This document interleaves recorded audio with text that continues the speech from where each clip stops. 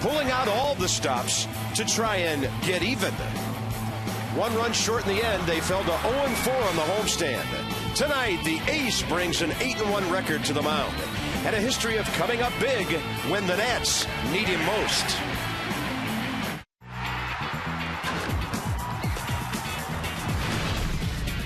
Washington Nationals baseball.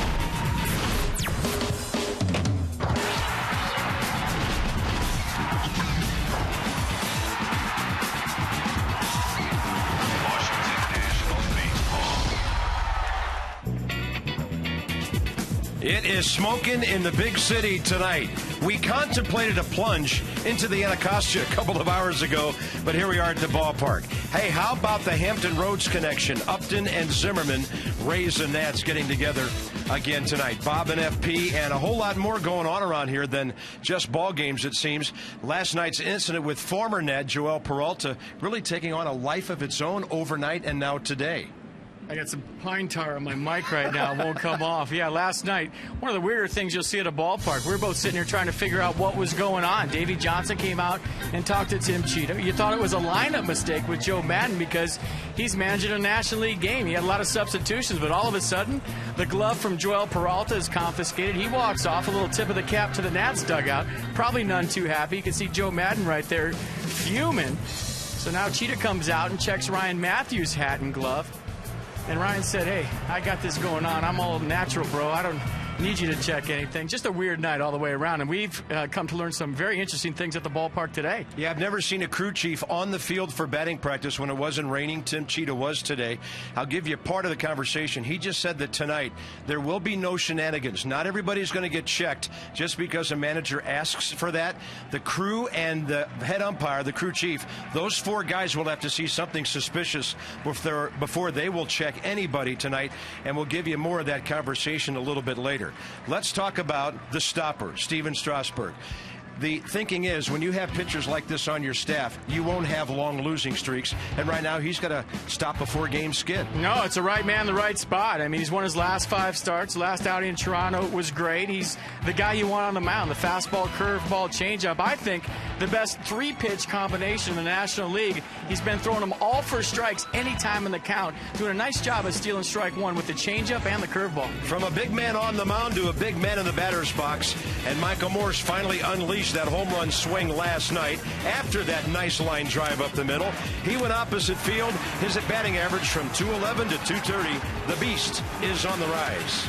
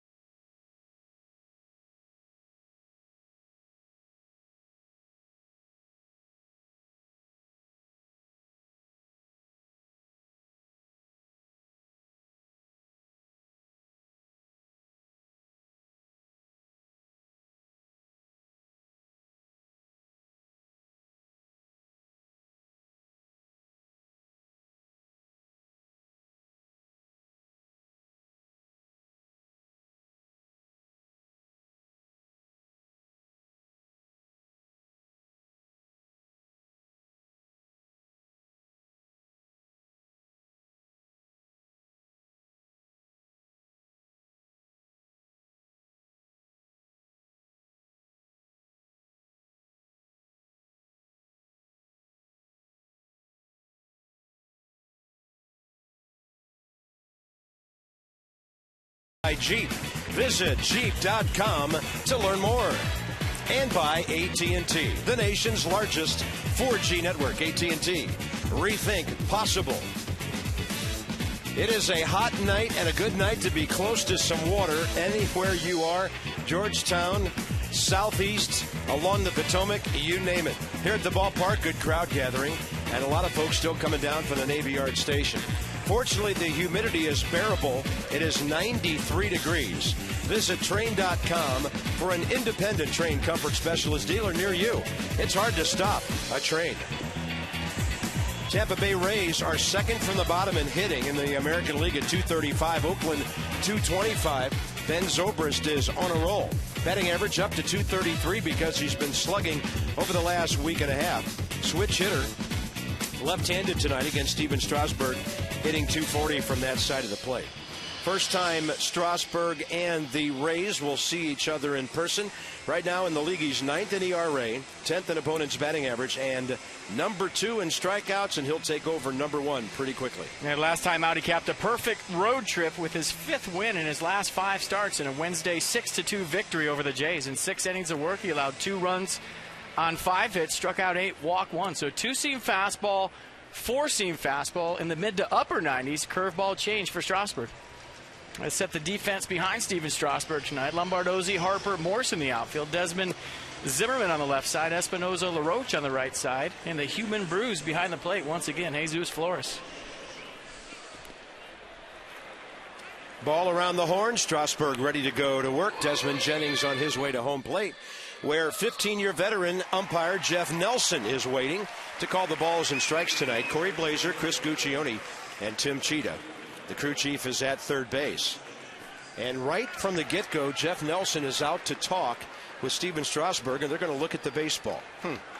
Now, Tim Cheetah told us today that during a ball game, a team can have as many as a couple of looks at an opponent's gloves or bats.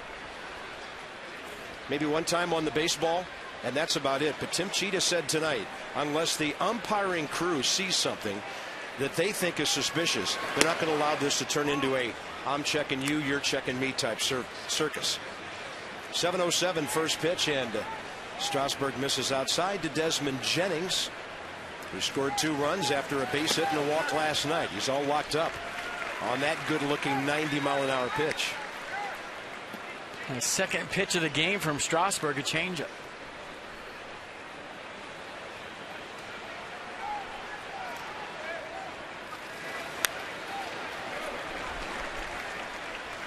Well, you got to give Tim Cheetah some credit. He's been around. He's seen that before. He was part of that 2005 game when Frank Robinson went out to the mound. He was part of the Phil Niekro game. He was part of it last night. You got to give him credit for being out here early, talking to both managers, and setting the tone for tonight, saying, hey, you're not checking anything. This isn't going to turn into a circus tonight. Yeah. And taking charge. And, Tim recalls well the incident after Jose Guillen left the Angels. He had said some bad things about that ball club. Suddenly he was a Nat, and they were playing each other, and there was some bad blood there. Strasburg with a beautiful breaking ball to strike out Desmond Jennings. Carlos Pena and B.J. Upton now the next 2. Desmond Jennings saw all 3 in his first at-bat, and the best one was last. A nasty curveball from Strasburg, 82 miles an hour. You get that thing out front, you spin the heck out of it, and I think the curveball takes much more arm speed than the fastball and the changeup. Yeah. You know, the Exmo does a great job of showing the rotation on that pitch. What you don't realize when you watch that from the side is the unbelievable dip that pitch takes on its way to home plate. It's almost as if you would have to swing straight down or straight up to make the contact. Well, I just heard Ray Knight in the pregame show, and he did an amazing job explaining the whole thing, and I loved his opinion, and whatever he said on last night, I totally agree with 100%. But when you talk about off speed and what pine tar does to a baseball, it gives you a better grip on the ball. It allows you to hang on to it a little bit longer, and an off speed create a little more rotation, especially on a hot night. If you've ever thrown a wet baseball, it slips out of your hand. But if you have better traction or grip on the baseball, now you can create some more rotation. And that's the advantage to guys having pine tar in their glove. And it is an advantage. Fastball is up and away.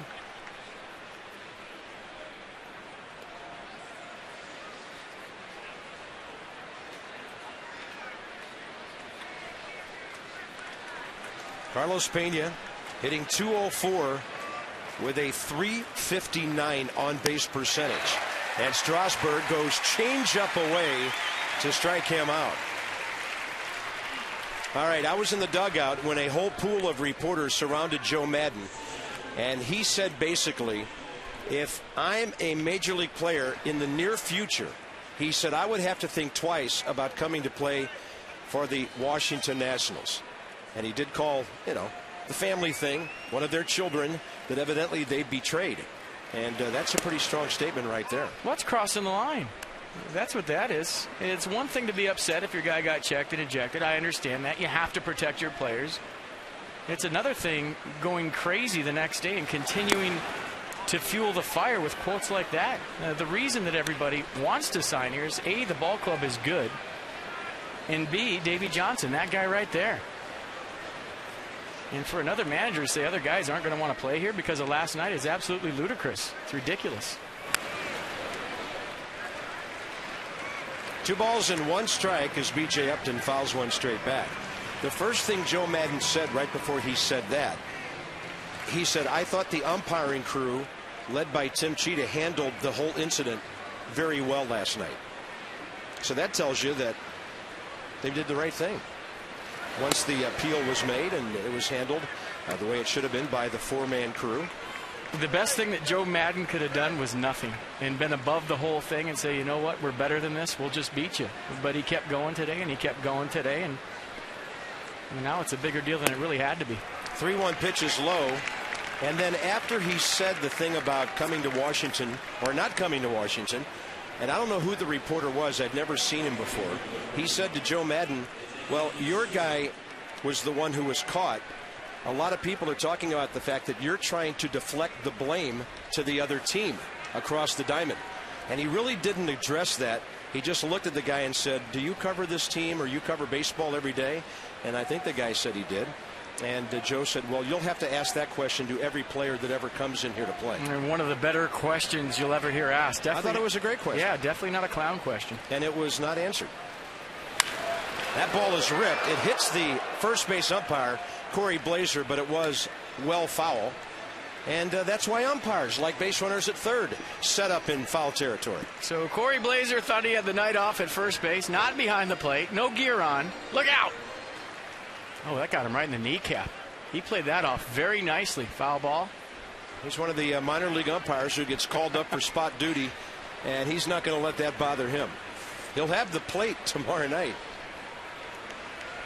Hideki Matsui is 8 for 51 as a Ray this year, batting .157.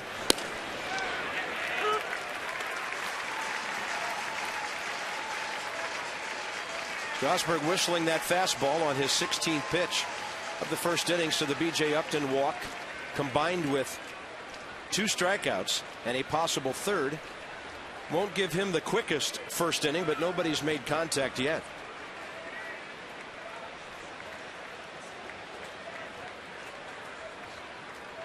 And the 0-2. Just reaching out to stroke it up the middle. Ian Desmond sporting the stirrups tonight. Old look at shortstop, and Strasburg a nice first inning.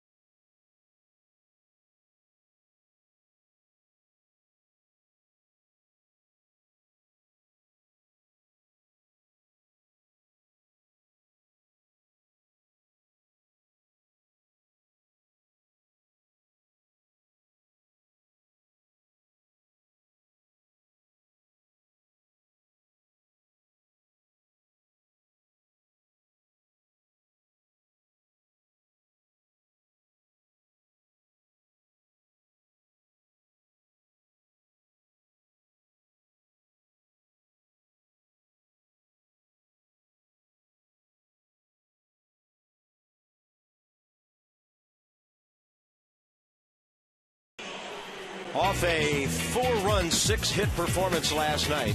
And Danny Espinosa now, over his last 8 games, hitting .281. Starting to come alive.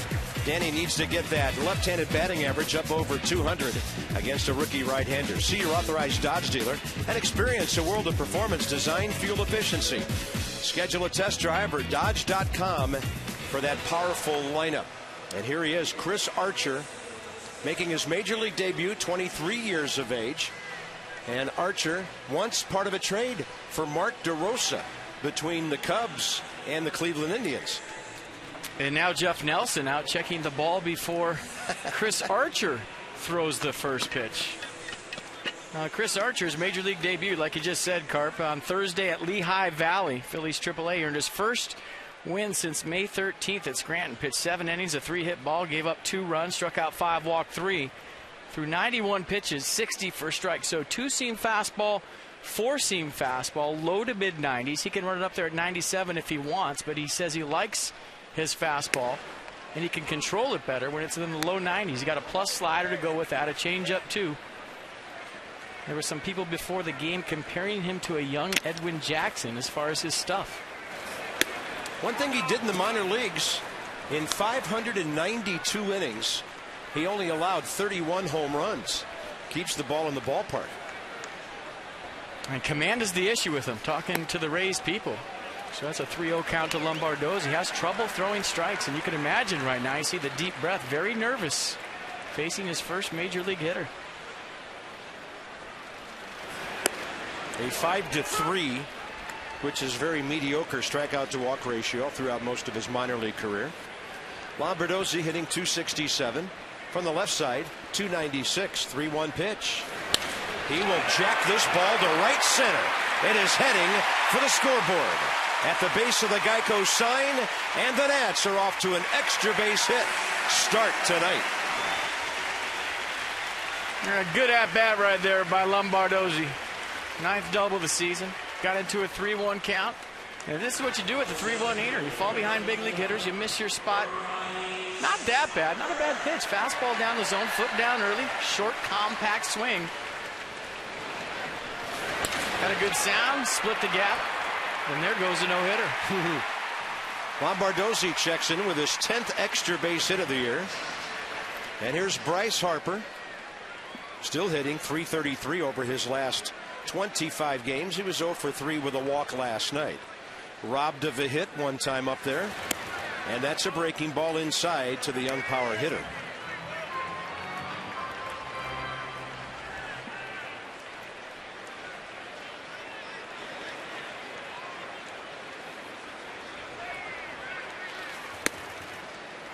Yeah, you can see the game plan early by the Nationals hitters. They got the scouting report on Archer. They're going to wait him out. Make him throw strikes right now.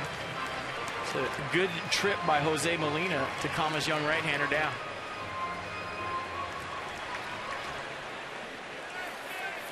So I'm being told right now from the truck that Bryce Harper's first at-bat, 178.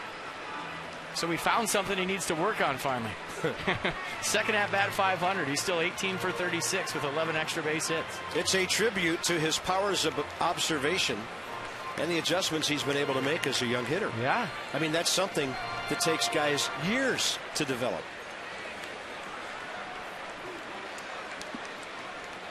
In the driver's seat right here with a 2-0 count. And if it's anything like last night, the ball will be carrying here this evening. Look out, Bo Porter. It didn't look like he was trying to move the runner right there. 2-0 fastball away. He went with it. And I think Bryce feels if he gets a pitch away, he can drive it down the line or over the head of a left fielder. We've seen him do it. This is an at-bat, though, that most two-hole hitters are looking to pull the baseball on the ground to advance the runner. That'll advance the runner out to center field. Lombardosi coming home. Upton's throw is late. And Harper checks in at second base with his 20th big league RBI. Pretty good throw by B.J. Upton, who has 6 outfield assists this year. Yeah, surprise Bo Porter sent Lombardosi right there with nobody out. Big gamble by the Nats third base coach that paid off. That ball was hit very hard by Bryce Harper, right up the middle. Upton has a great arm. Look at this hitting. Got a hanging slider, not a hanging slider, pretty good pitch. That's two good pitches by Archer that were beat by Lombardozzi and Harper. You see Bo Porter right there waving the leadoff hitter, and it was bang, bang at the plate. Molina couldn't hold on to the baseball, but what if he did? I think Harper still would have missed the slide, missed the tag. I tell you, nothing is tougher for a catcher than these short hop throws they get. And Bryce Harper now hitting over 290 again. And here's Ryan Zimmerman with a runner in scoring position. Well, that's how quick Harper makes adjustments. Yeah. We just told him to work on his first at-bat. He just had his second at-bat first. And by the way, just thinking about Ryan Zimmerman here. And Michael Morse is not batting right behind him tonight like he did against the lefty last night. But if Michael Morse gets things going, that's going to help Ryan Zimmerman considerably. With Zimmerman, LaRoche, Zimmerman, Morse, whatever way Davey goes in that 3-4 spot. 2 balls and a strike, and Ryan was quoted last night as saying his shoulder is fine. It's good enough to be hitting. He's just in one of those streaks right now. 4 for his last 33. He did encourage us with a solidly hit single to left field in the 6th inning last night, right before the Michael Morse blast. Zimmerman's going to pull that ball. Harper's going to go to third, and the ball is off the glove of the third baseman. Harper, that ball's going to go in the dugout. Nobody picked it up. Zimmerman was going to second. I think he gets second. They're going to leave him there. All right. Yeah, he was already on his way to second. And I figure, okay, second and third, nobody out. Then nobody from the Rays went to hustle and pick the ball up, and it goes right into the dugout, 2-0. Well, it didn't take long to see the run till they tag you offense from Bryce Harper. We talk about it all the time. He's the kind of guy that when he gets on, it's run till they tag you. He's not stopping for anybody. Not a good read right here. Ball's hit to your right. You got to go back to second base. And Harper had to get out of the way. And, I mean, you can do no wrong. You make a bad read. They throw the ball to third. They throw it away. You score a run and gets another man to scoring position with nobody out. It'll be interesting to see. They give the error to Elliott Johnson, the shortstop, even though the throw looked to me like it was very catchable. Look at Bo Porter get out of the way. That's some good stuff right there. Bo, you still got it. The Nats have a chance for a huge inning now. For the third consecutive batter, a runner goes to second base after making some contact. And Adam LaRoche now in a big spot. And the Nats have a rookie in trouble here. Check out Bo Porter. Watch this. I mean, if this hits him, the run doesn't score. So maybe give Bo Porter an RBI right here. What do you think? How about that? Some serious footwork to get the Nats a run. Best mobility I've ever seen in a third base coach. Give that guy a raise. Blowing outside, 1 ball and 2 strikes to Adam LaRoche, who's already driven in 43 runs on the year. So the Rays have made their American League leading 59th error. Defense has been a big problem for them. That ball gets away. And over to third base is Ryan Zimmerman. And young Chris Archer is having the kind of first inning as a major league pitcher that no young man ever envisions when he dreams of being a major leaguer someday. No, he wasn't thinking about this laying in his hotel room with his headphones on today, thinking about what's going to happen in his major league debut. Now the infield has to play in, and LaRoche on a 2-2 count looking for an RBI. Good swing, straight back it goes.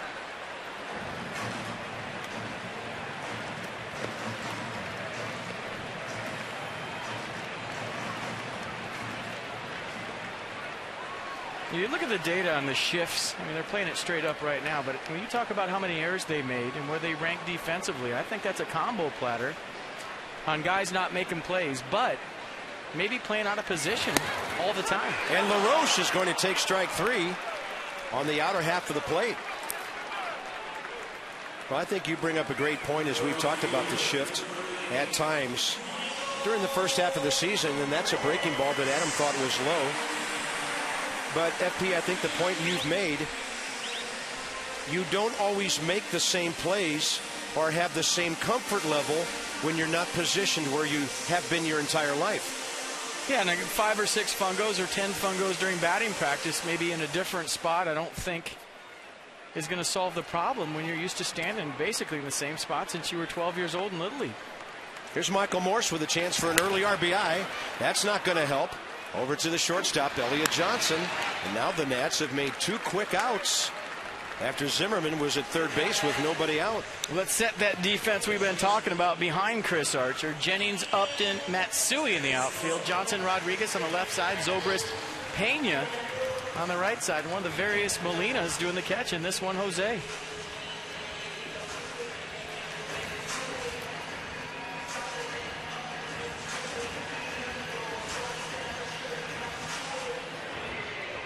So Michael Morse, first pitch he ever saw from a young pitcher was hacking, and it was an off-speed pitch at 82. Here's Ian Desmond. He's probably been told, Archer has, not to throw this hitter a first pitch fastball, and that breaking ball had some good snap on it. He has a chance to wiggle out of a very difficult inning now. The theme of the road trip for the Nationals for me was picking each other up. How many times did a guy leave a runner on third with less than 2 outs only to get a 2-out RBI from the next guy? And Desmond was right in the middle of a lot of that. He was. Zimmerman still at third, 2 outs. So the Rays should be out of the inning with 1 run scored. We'll see if the Nats can triple that total. Desmond will take one low, 2-1.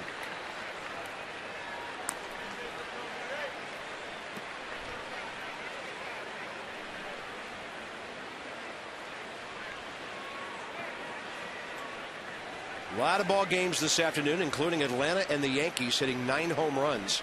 Braves won 10-5 at Yankee Stadium. Good take by Ian Desmond, 3-1.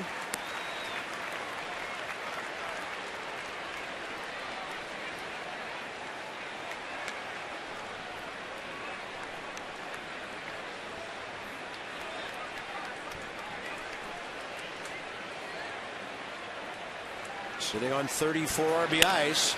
Left side, base hit. Number 35 for Desmond. And he picks up the entire dugout with a hard ground ball through the left side. 3-0 Washington. 2-out knocks with runners in scoring position are gold. And Ian Desmond as good as anybody at doing that. Nice job right there picking up Michael Morse. And got to a 3-1 count, got a slider and was all over it. Just a well-placed ground ball through the hole. Sean Rodriguez unable to get to it. Washington's third baseman scores, and here's Danny Espinosa, the 7th man to bat the inning. And that's a bad throw picked by Carlos Pena. And I know Carlos booted one last night early, but since then he's saved about 3 or 4 bad throws to first base. And that ball hit the dirt, and the umpires threw the ball right out. There is zero tolerance on baseballs bouncing off dirt here tonight. I think that throw over right there will tell you how Chris Archer's feeling in his major league debut. That screams nerves. He's already up to 25 pitches. Desmond's a running threat. He'll be holding on a high fastball. Danny Espinosa's taken over the team lead in steals with 10. Desmond is 8 out of 10. Mostly off speed so far from the young man making his debut.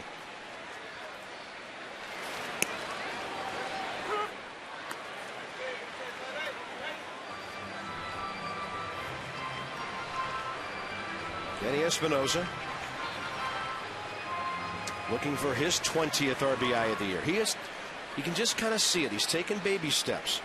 7 of 8 games, hitting .281, getting like 3 hits every 2 games. And a snap throw to first. Another throw that bounces, and Carlos Pena had to dig that out from Jose Molina. Got to check that ball too, right? You would think so. In the dirt.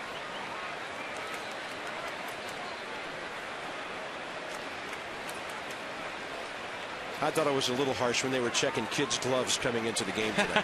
Come on. Hopefully we'll have a good fielding crowd. 2-1 pitch, and that is outside, ball 3. Well, will Ian Desmond be running here? He could with Jesus Flores on deck. And that's no, that Chris Archer has to throw a strike. And with Desmond aboard and Espinosa in there, and a runner on the move, that could pay off with another RBI. There he goes. Great jump. And Espinosa fouls it. And we'll do that 3-2 thing with 2 outs now.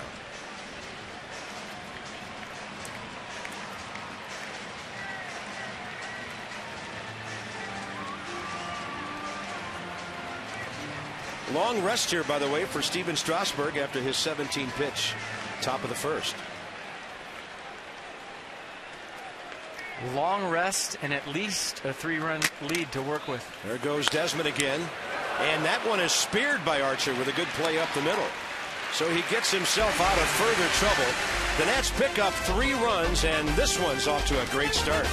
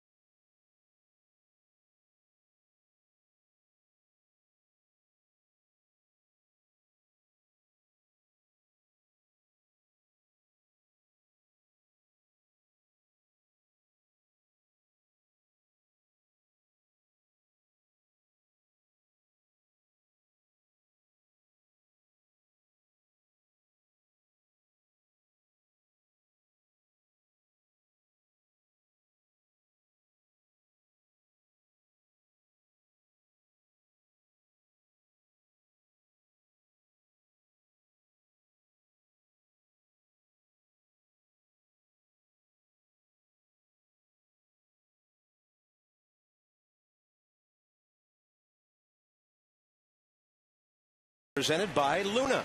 Call today for the Luna Double. Get your second room of flooring free at 877-241-LUNA. Not to be lost in all of this, the outstanding first inning Steven Strasburg had. A couple of strikeouts. Did walk the dangerous B.J. Upton. Got a 3-pitch out on a ground ball by Hideki Matsui. Hollywood Casino, Charlestown Races, slots, tables, and dining. The ultimate triple play.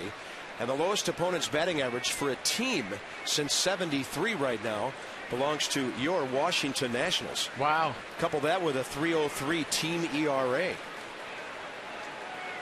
Check out the Dodgers this year. 4th with a 2.29 average against.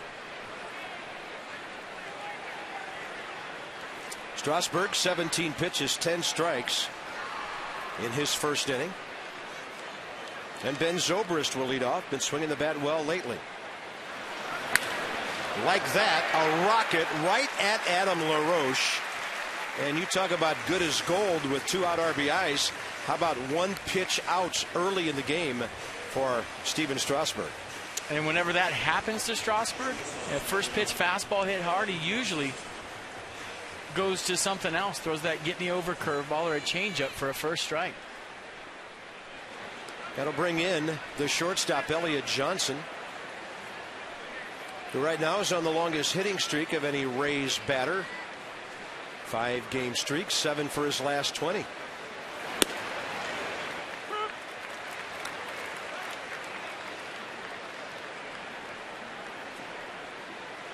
Johnson hitting at .275. 340 from the left side. He'll square to bunt. And it's straight up in the air and into the mid of Jesus Flores. Strike 2.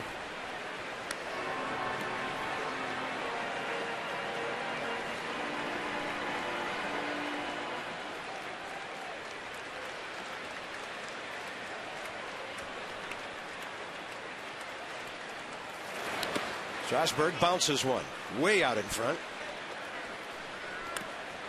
Stevens' career record through 30 starts now, 14-5 with a 2.50 ERA. Won that ball game on getaway day in Toronto last Thursday, actually Wednesday. That's had a day off Thursday, so Steven Strasburg with a bunch of days off here hasn't pitched in a week, so he should be super strong here tonight. I think Steve McCaddy likes what he sees so far. That last fastball, 98. And that's wicked in the dirt. Johnson strikes out. Flores to LaRoche. 2 down. Strikeout number 3 already. Vote early, vote often, vote Los Nacionales. Vote for your favorite Nationals. Get 50% off tickets to a select Nats game. You can check it out at nationals.com/vote. Some restrictions do apply. Here's Jose Molina, the catcher, one of 3 Molina brothers who all have World Series rings. Jose with the 0-2 Angels, the 0-9 Yankees. Benji also the 0-2 Angels and the 2010 Giants. And of course the youngest of the brood, Yadier Molina, 06 and 2011 with St. Louis. 241 career hitter, 12th year for Jose.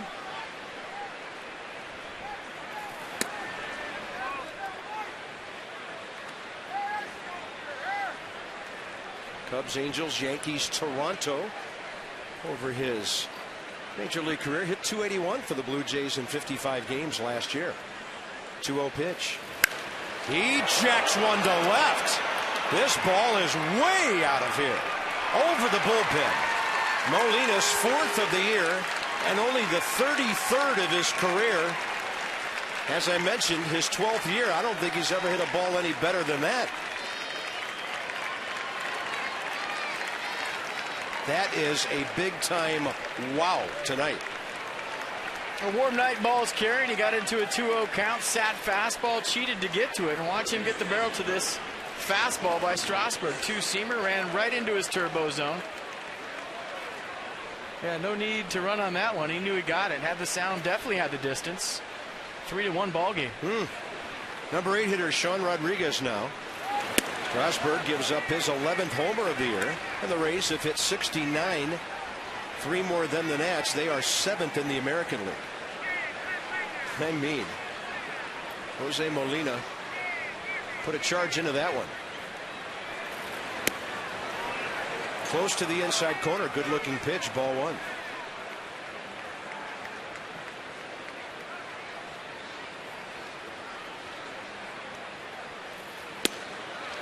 And now Strasburg ahead. He could still have a pretty quick second inning. Love to get this guy, make the pitcher lead off. He'll do just that. Strikeout number 4. Little 2-out lightning from Jose Molina, and the Rays are on the board in a 3-1 game.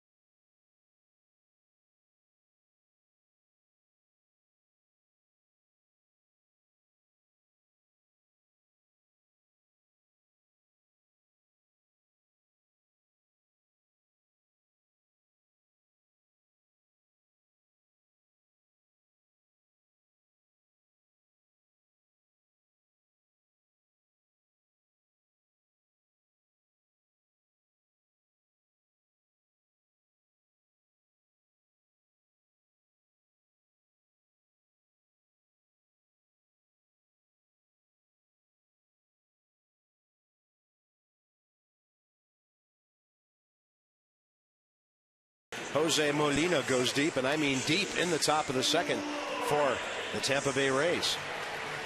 Back to the game for you.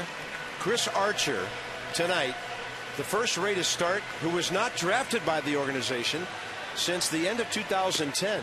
Most in Major League Baseball history, 232 starts. That is pretty amazing. He was selected by Cleveland, 5th round, 06, and then acquired by the Cubs with Jeff Stevens and John Gaub from Cleveland for Mark DeRosa. Rays got him in a multi-player deal with the Cubs involving Matt Garza. So a long to be proud of streak ends for the Rays here tonight.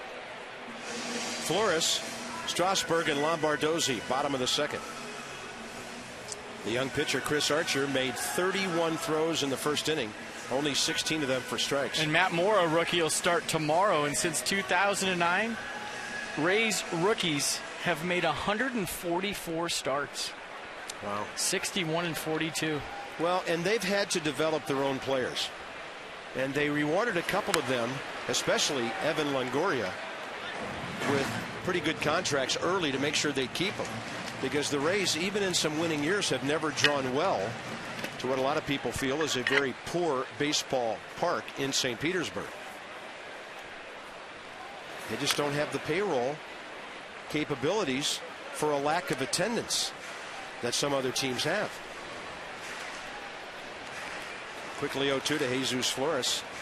Talking to some of the Rays guys after the game last night, there's a feeling that eventually that team could end up in Tampa. They are, after all, the Tampa Bay Rays. They've been in St. Petersburg in the old Suncoast Dome for a long time, now called Tropicana Field, but there's a feeling that they, to be a viable franchise for a long time, will have to find a site in Tampa, could be downtown eventually, so they can compete. Flores is gone, and suddenly the young pitcher Chris Archer has retired for the last 5 batters. It's his second big league strikeout. Well, I'm sure Joe Madden is hoping that for Chris Archer this just turns into another baseball game sooner or later. The first inning, it was his first big league start. He was looking around saying, I'm finally in the major leagues. And maybe you have to get over the initial nerves, and then all of a sudden it just becomes another baseball game. Don't throw a fastball right down the middle, presuming this guy can't hit it. He was mishitting balls on the turf straightaway center yesterday in batting practice, up by the cameras, about halfway up. Look at that, 350 batting average this year on 7 for 20. That ball is scorched out to Elliott Johnson, who throws out Strasburg, 2 down. Steven gets a nice round of applause from the folks for his good bat work lately.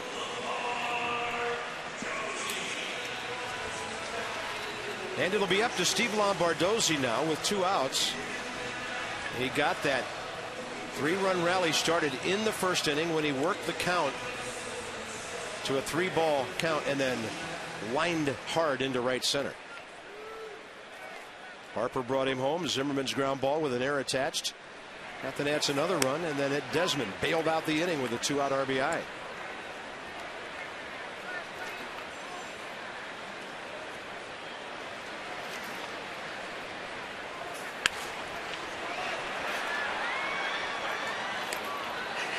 I think the initial game plan for the Nationals was to wait Archer out and make him establish a strike zone, and once he does, then you go to Hacken. But he's throwing strikes, so Davey Johnson loves his hitters to be aggressive, and that's what you're going to see, I think, the second time around, as long as Archer stays in the strike zone. He goes off speed and misses. Chris Archer, minor league record of 39 and 40. Bryce Harper already has salved him for an RBI hit.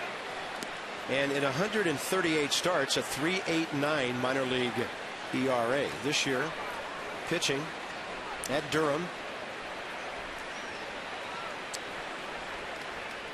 6 innings or better 9 times, 7 innings once.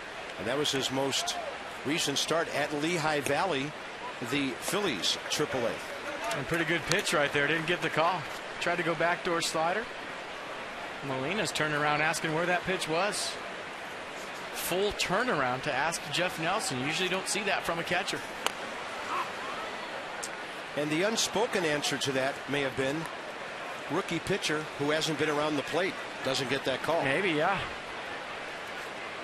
Boy, after Lombardozzi hit that double his first time up in a 3-1 count, with 2 outs, you sure would like to see him swing away in a 3-1 count. He was going for a base hit bunt. 1-3-2. He'll get rung up on the corner. 3 strikeouts for Chris Archer. 2 in the second. He's trying to settle in down 3-1.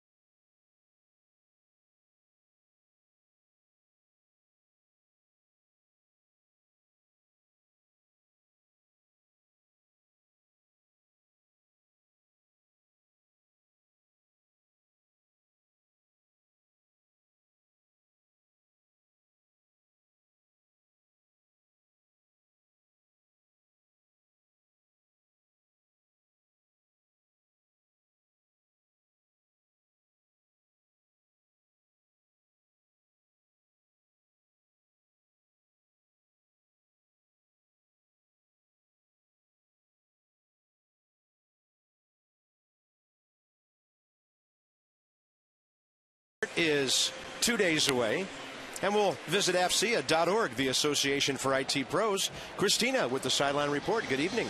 Good evening, Bob. Summer is definitely upon us. You could definitely feel it out here when the guys were taking BP earlier. I talked to Edwin Jackson on Wireless Wednesday about it's a kind of heat that you never get used to no matter where you're from and how it affects pitchers on the mound.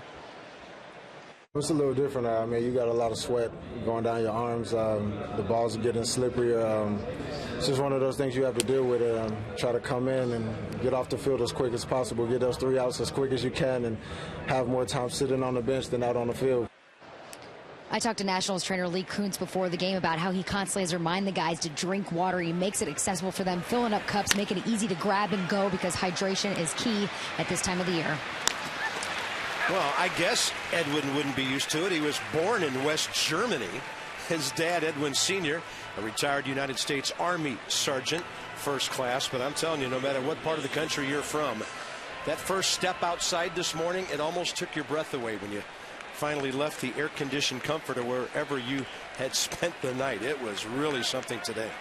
Edwin trying to get somebody's attention right now. Maybe George Hendrick, the first base coach for the Rays. Yeah. Another trick to keep you from sweating, especially on your arm as a pitcher on hot days, is they'll have an ammonia towel dunked in water in the dugout. It'll be, you rub it all over your arm, and all of a sudden your arm doesn't sweat. It's water plus ammonia, and you wipe your arm down with it, and it keeps you from sweating.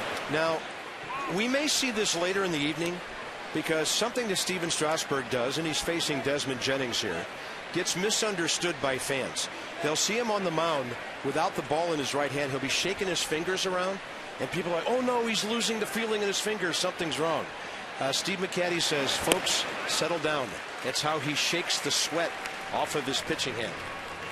And that could happen on numerous occasions tonight.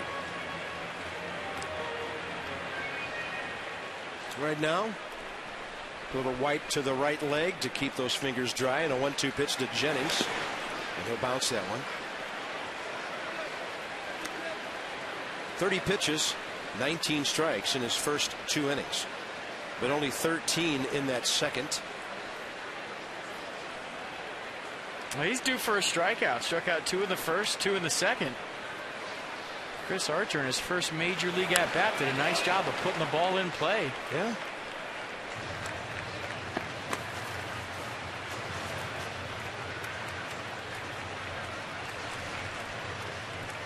By the way, it's not getting any prettier for the National League in interleague play. We'll check the scoreboard later tonight.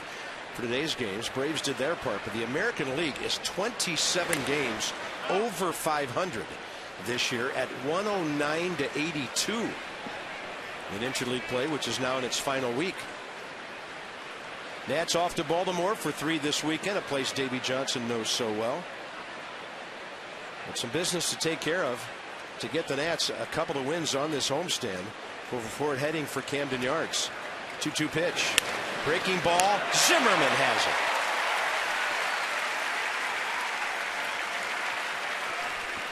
Ryan a step or two to his right. Find out why the government turns to STG at stginc.com. So toughest strength of schedule. 3 of the 5 teams in the National League East. It's been a tough road for the Astros as well. And the Yankees have played a lot of good ball clubs. They set a record with those 9 home runs at Yankee Stadium today, and the Braves beat them 10-5. Atlanta took 2 out of 3 in the Bronx. There's Carlos Pena. Good changeup by Strasburg. I don't know about you, but I am ready for some good old-fashioned National League baseball again. Are we ever going to play another one? I'm tired of writing first names also on my scorecard of visiting teams. Kinetic North America with a pitch track. That's a habit I got into in 1989 when Ray Knight and I went to Omaha for the College World Series, and you're covering teams of kids, you know, a few of them you heard of. And we just don't get to see the other league that much. So I've got a lot of first names in my book if it makes you feel any better. It does. I mean, how do you get to know Desmond Jennings, Elliot Johnson, Sean Rodriguez, and others? Got to see them play, and now we'll remember these kids for a while. Yeah. I was really looking forward to seeing Matt Joyce, but we only got to see him for a while last night. 1-1 pitch. Inside, 2-1. There's a little shake of the arm right there, wiping the sweat down his leg.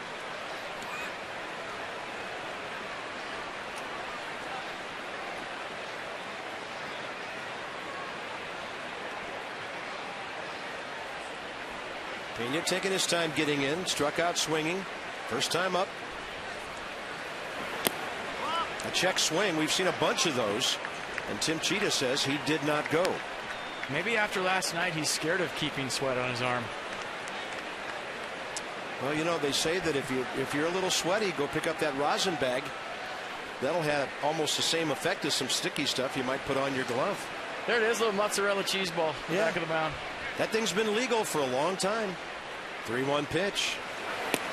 Off speed. Carlos Pena thought he was getting the express. That changeup's so good you swing and miss at it, and you're still wondering if it was a changeup. 90 miles an hour, same arm speed. You see the strikeout leaders right there? Bookend, Strasburg and Gonzalez in the top 5. Yeah, now people are talking about R.E. Dickey maybe having the best season in baseball history that a knuckleballer can possibly have. A lot of season left. 3-2, and he misses outside with a fastball. Strasburg's second walk. And the man he walked for number 1 is walking in, B.J. Upton. Strasburg this year, though, 104 strikeouts and 22 walks. So all year long, he's been flirting with a 5-to-1 strikeout to walk ratio. I mean, the only bad thing about this season that R.A. Dickey is having, it's stealing thunder from maybe Strasburg and Gonzalez as far as who's going to start for the National League in the All-Star game. I think Matt Cain has a chance, but R.A. Dickey back-to-back one-hitters. I wonder if a knuckleballer has ever started an All-Star game. That's a good question. I have no idea.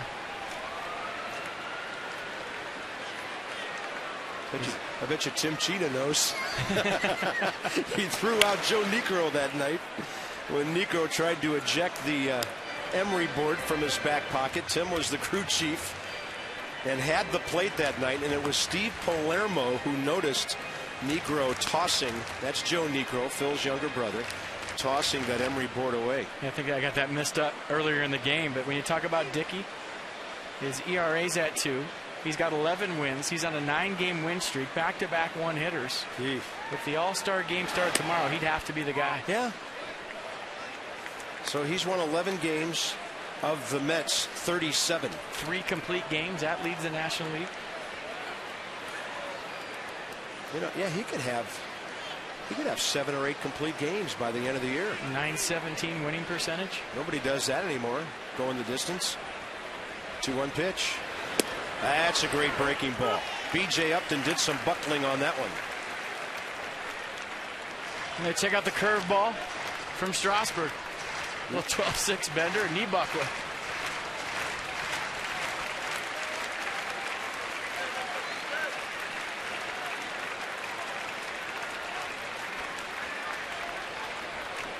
On 2-2, and B.J. stays alive. Pitch number 50 coming from Steven Strasburg. 30 strikes, 19 balls.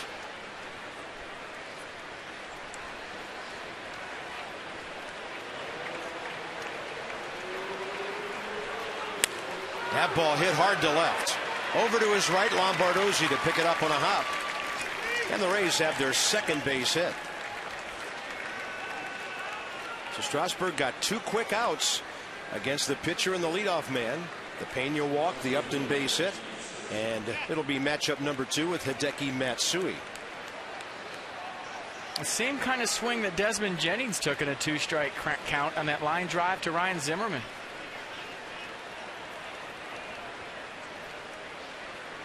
And we've seen from Strasburg in the past, when he throws that knee buckling curveball for a strike somewhere in the count, he usually bounces the next one. Yep. But in a couple of 2-strike counts so far, he's left it out over the plate. Nice piece of hitting right there by B.J. Upton. Hideki Matsui, still dangerous. 2 of his 8 hits this year, home runs. He hit 12 with 72 RBIs with Oakland last year. Angels the year before that, after playing for the Yankees 03 through 09. Had one of the great World Series ever in 09 when he hit .615 with 3 homers and 8 RBIs. He went 8 for 13. That ball is jacked to left, slicing and into the corner, foul.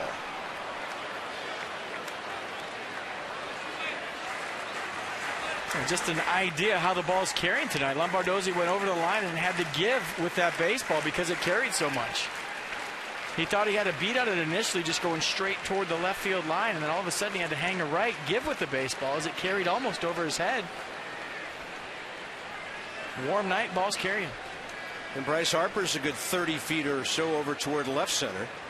Michael Morse does play Matsui straight away right. 1-1 to Matsui. Well inside, and this is now turning into a rather long inning. That's on top, 3-1. Stephen would like to get his guys back in the lineup with 2-3-4 due up, bottom third.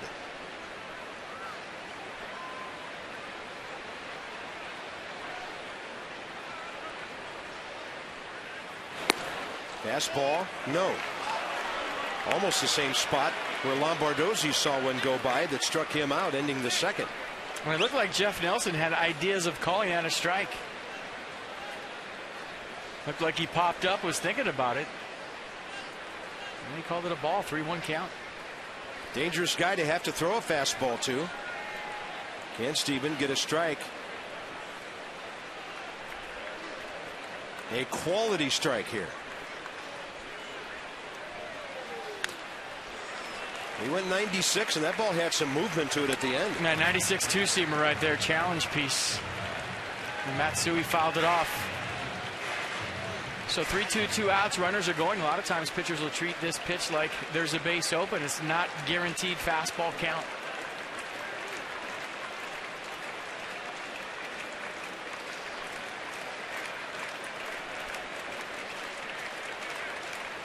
Crowd, good one on hand, clapping for a third out here. And over to his left and unable to reach it is Espinoza. The Rays are on the board again. It's a 3-2 game on about a 5-hopper that got through the right side. And he went with the changeup in a 3-2 count. Matsui stayed through it nice, stayed on the pitch, and found a hole. Flashbacks of the Yankee series. How many times did you see this right here? A 15-hopper with eyes. Espinoza with a good effort. In a 3-2 count with 2 outs, no shot at the runner. McCaddy's going to go out to the mound and talk to Strasburg. So the 2-out walk to Carlos Pena leads to a Tampa Bay run. And now Strasburg will have to deal with Ben Zobrist to hit a rocket at Adam LaRoche, his first time up.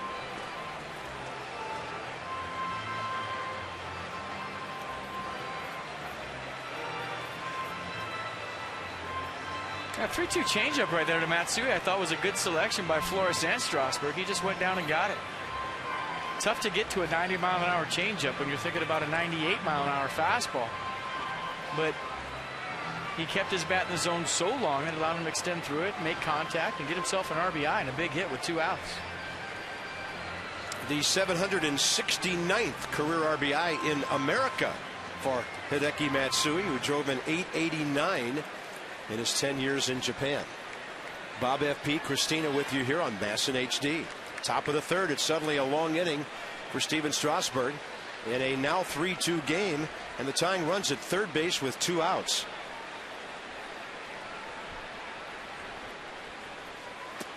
Ben Zobrist is hitless in this series, but last night he lined out hard to the gap. Tyler Moore caught it to end the first inning, and tonight he rifled one right at Adam LaRoche, leading off the second.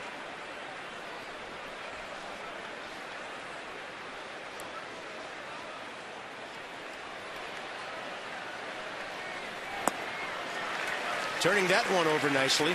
Back-to-back changeups from Strasburg to start this at-bat off, and probably the best pitches he's made all night. First one, 88, nasty movement away from Zobrist, and that was just as good. You go high fastball to change his eye line and back to the changeup, or you just triple up on it right here.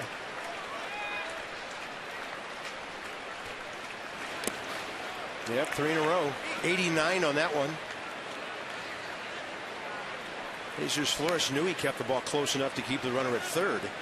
And he was bouncing up to see what Matsui might be doing off first. And you said it, Zobrist hit a first pitch fastball to LaRoche last time up to start off the second. But I think he's got him set up for the fastball here. That's different. He's seen 3 changeups in a row. That should speed up a high 90s fastball in a 2-strike count. And he goes changeup again. Wow. Bryce Harper, Ryan Zimmerman, and Adam LaRoche ahead. The Nats still on top.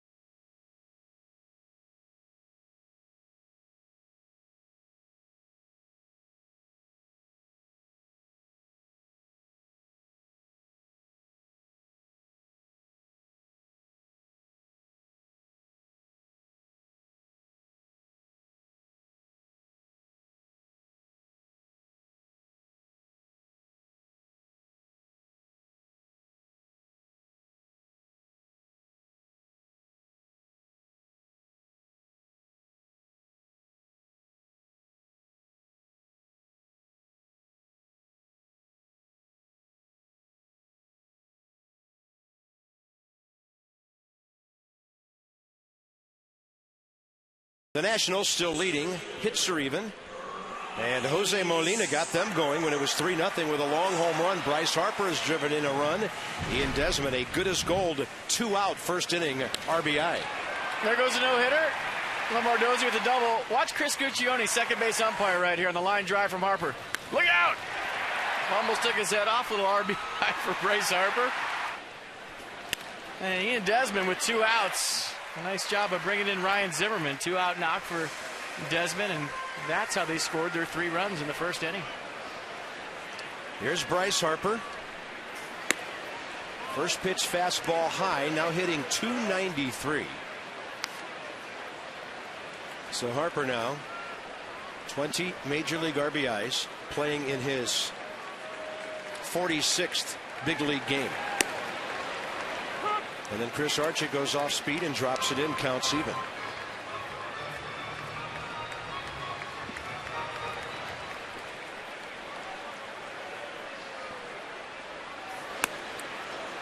STGinc.com, the government turns to that, and the average against right-handers. Don't pitch him down and in, up and in, or right over the dish. We need to make this one red, then it would just look cool. I'll tell you what I'm impressed with, though, is that up and away, because that's the one he's taken for hits.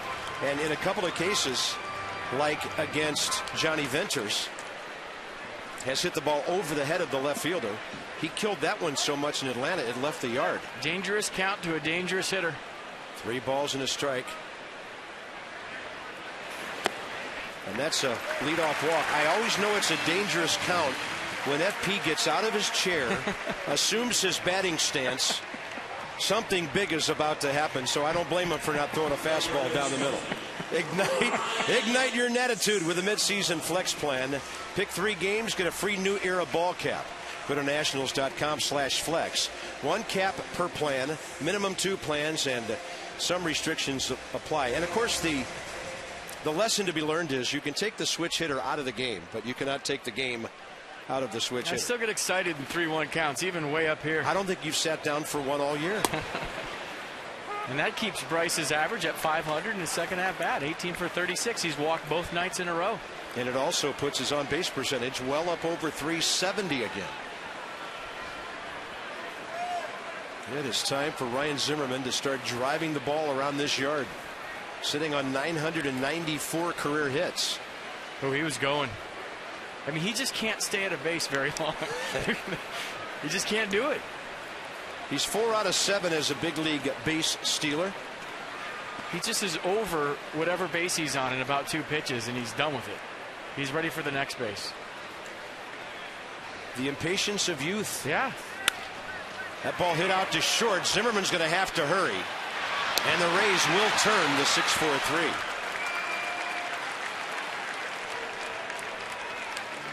For Tampa Bay, that's their 4th double play of this series.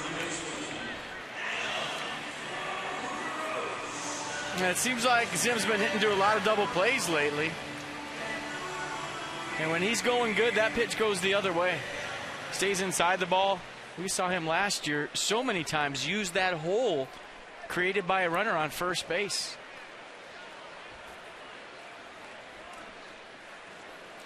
Adam LaRoche called out on strikes first time. And a breaking ball dropped to the inside corner by Chris Archer, who's trying to face only 3 hitters for the 2nd consecutive inning. 6'3", 200, a Raleigh, North Carolina native. Just 23 years of age, and he misses low with the fastball. And that's Ryan's 11th double play this year. That leads the National League. Well, a lot of good hitters who hit the ball hard that aren't speed merchants do that. Yep. You know, Albert Pujols is always up at the top in terms of hitting in a double plays, because some guys just hit the ball harder than others. And when it's a one-hopper, you and the base runner are done. The thing with Ryan, it's going to be August and September, and the games are going to mean the most, and that's when he's going to be the hottest. I'm all in on that.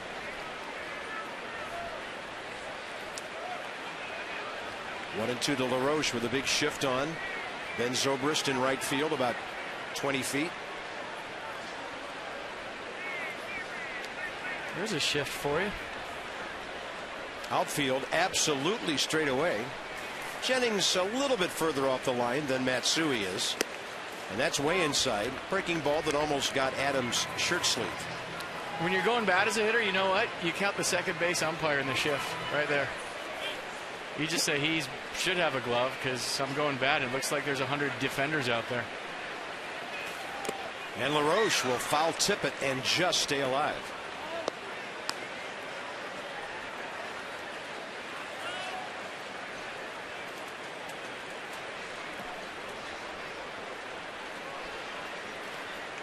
Now his fastball percentage is a lot higher than it was early.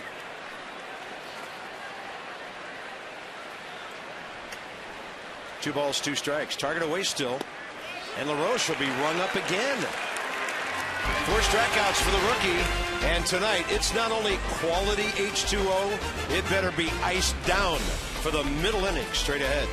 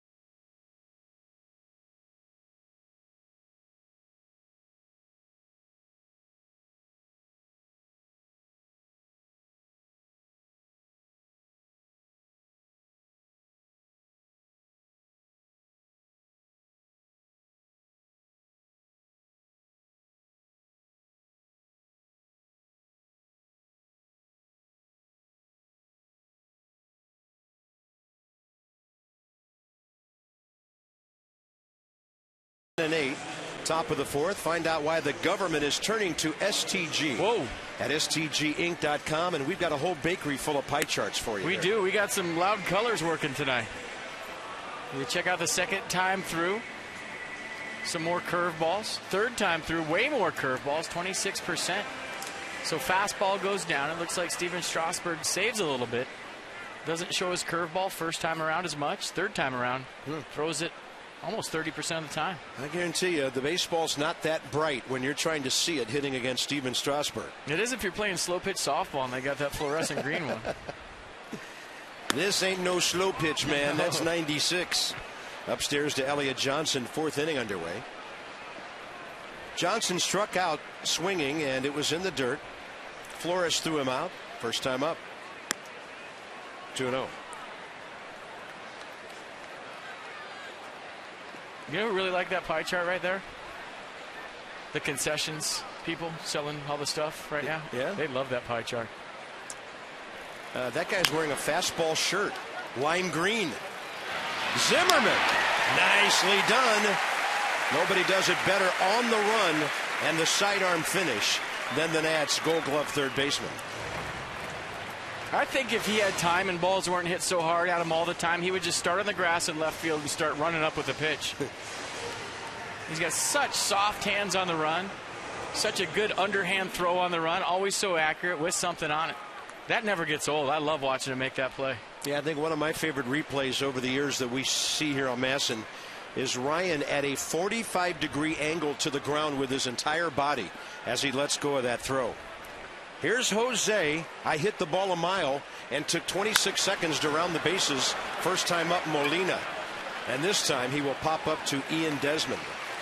Our crew timed him, and it was 26 seconds from contact to touching home plate. Yeah, most Molina's not known for their speed, but he hit that ball very far.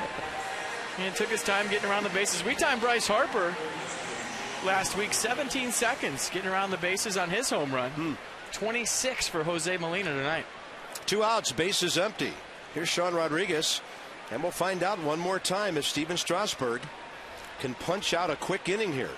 Every inning he has retired the first 2 batters.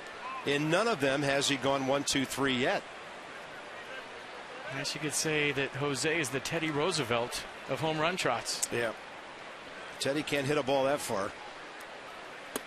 2-0.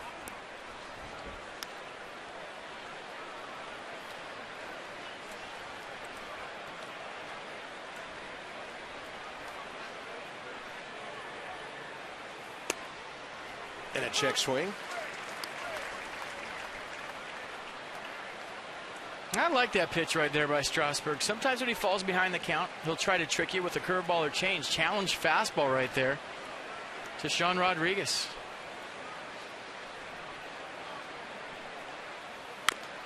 And I think that's what Ross Detweiler did so well last night. Came out of the bullpen, had a great fastball, great tempo, picked up his pace from previous outings. And Davey Johnson today named him the 5th starter. He's back in the rotation after his performance from last night.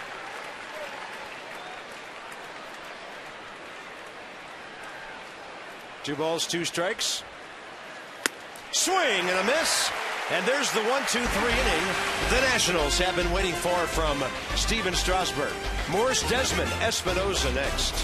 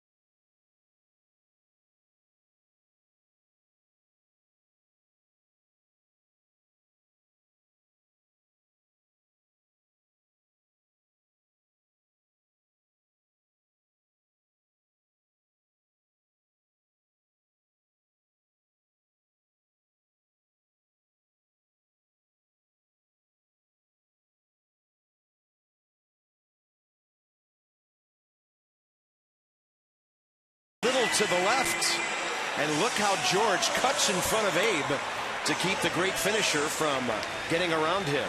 Tall Tom Jefferson third, and you know who fourth. That's on top 3-2. For solutions that help you achieve your financial goals, PNC Bank, for the achiever in you. Steven Perez, Auburn Double Days, the shortstop. And in the short season New York Penn League, 4 for 8, his career's off to a great start. 8th round pick in 2012 out of the. Now, you're not scratching out the sponsor. No. You are emphasizing Miami there. I kind of did. I didn't mean to, but I was underlining Miami. Now, because you did that, I have to say PNC Bank again. He's from the U. Call him up. He's ready. I don't care if he's in short season or not. Bring him up. Nice going, Steven. Good start to your career. 4 out of 8. And by the way, there has been a true knuckleballer that has started an all-star game, and that was a Washington Senator, Dutch Leonard, back in 1943. He pitched for the Senators 38-46. Pitched for the Dodgers before that, the Phillies, and the Cubs later. And he was a 5-time All-Star, and he's in our Ring of Honor right here. Now, there were 2 Dutch Leonards. He was a right-hander, and a couple of decades before that, there was a Dutch Leonard who was a lefty. But this guy's the knuckleballer. Born in Auburn, Illinois. Died in 1983 in Springfield, Illinois, at the age of 74. Fun stuff. Yeah. He won 191 games in the big leagues, Dutch Leonard. I'll guarantee you he didn't throw his knuckleball 82 miles an hour like R.A. Dickey. No. I think that's been the difference for him this year, changing speeds on that thing. One slow, one fast, and they're all strikes. 101 to Michael Moore. So thanks to a couple of my email buddies and a couple of your Twitter buddies who alerted us to that, and we were able to find some good stuff on Dutch Leonard. And there was another guy who threw the knuckleball who did start for the National League one year. Get to that in a minute. Michael Morso popped this one up right field for Hideki Matsui. Just a reminder, as you enjoy a cold one on this hot night, look forward to Miller time. Later in the game, it is brought to you by Miller Lite. And FP, when I was a kid, the Cincinnati Reds had some really good pitchers. Jim Maloney, Jim O'Toole, and a guy named Bob Perky who threw the knuckleball. You had something on him. Yeah, he also started an all-star game in '61. I don't think he was primarily a knuckleballer, but it was part of his repertoire. So Dutch Leonard is widely considered the only true knuckleballer to start an all-star game, and in less than 3 weeks that could change. Yeah, put it on Twitter. I'll read it. You can tell me Bob Hoblock started the 42 All-Star game for the National League. No, I remember Bob Perky when I was a kid. I'll read it. I don't care. Cincinnati Reds in the early 60s were a good ball club. Went to the World Series in 61, the year after the Pirates pulled off that miracle against the Yankees.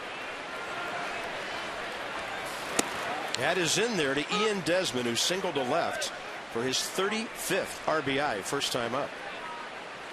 Chris Archer settling down nice. He is.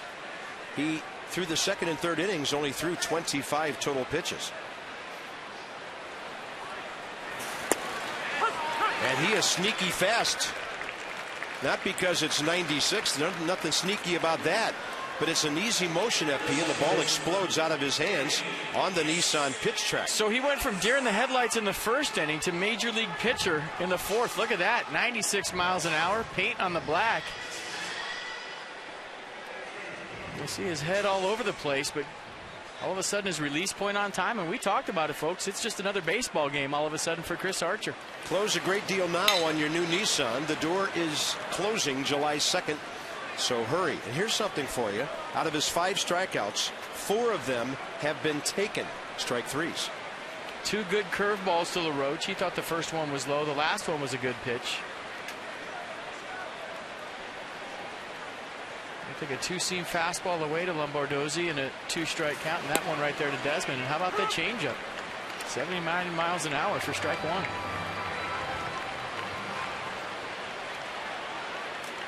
That was a big deal between the Rays and the Cubs.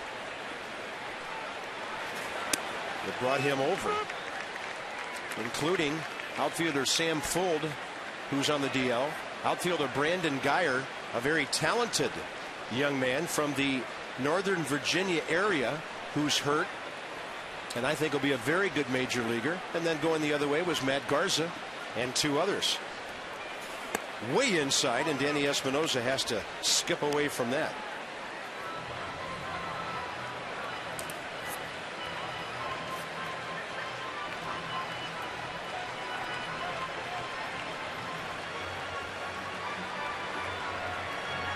Want to wish Brandon Guyer our very best. He's from Herndon High School, played at UVA, and out for the season, injured, and we just hope everything's going to be okay with Brandon. Great kid. On a pitch up and away, 95. The Nats go in order, and the 4th inning is over. Bit of a momentum shift in this game. Nats lead 3-2.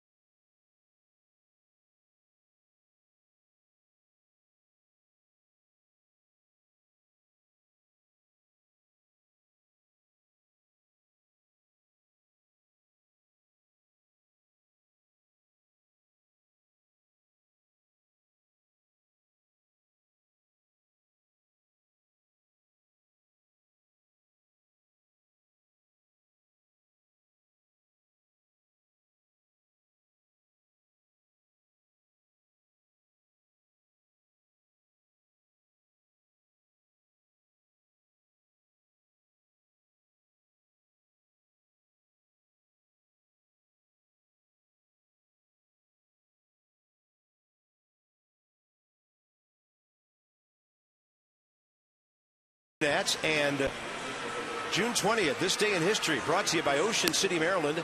OCOcean.com. Log on, click on Summer of Thanks, special deals and discounts. And the 5th player to reach 3,000 games behind Ty Cobb, Stan Musial, Henry Aaron, and Carl Yastrzemski. 4,191 hits. Will anybody ever come close to that? Eric Schau, and the base hit in Cincinnati off the turf at Old Riverfront Stadium that put him past Ty Cobb for the all-time record. Funny how he was resented early in his career by the way he approached the game with all the hustle. Yeah. And Chris Archer. Bryce Harper's family grew up idolizing Pete Rose, and I'm sure that's a big reason why that number 34 plays like number 14. 4,256 hits, the final tally. That was the record setter. Espinosa is going to charge this ball. It's got to be quick. He is. And Chris Archer showing a good athlete getting down that line right there. And he's put the ball in play twice tonight. Top of the order coming up for Steven Strasburg now. 5 hitters retired in a row since that Hideki Matsui ground ball that made it 3-2. So it'll be Desmond Jennings who has struck out and lined out to Ryan Zimmerman. Stevens' first 4 innings, 70 pitches, 43 strikes.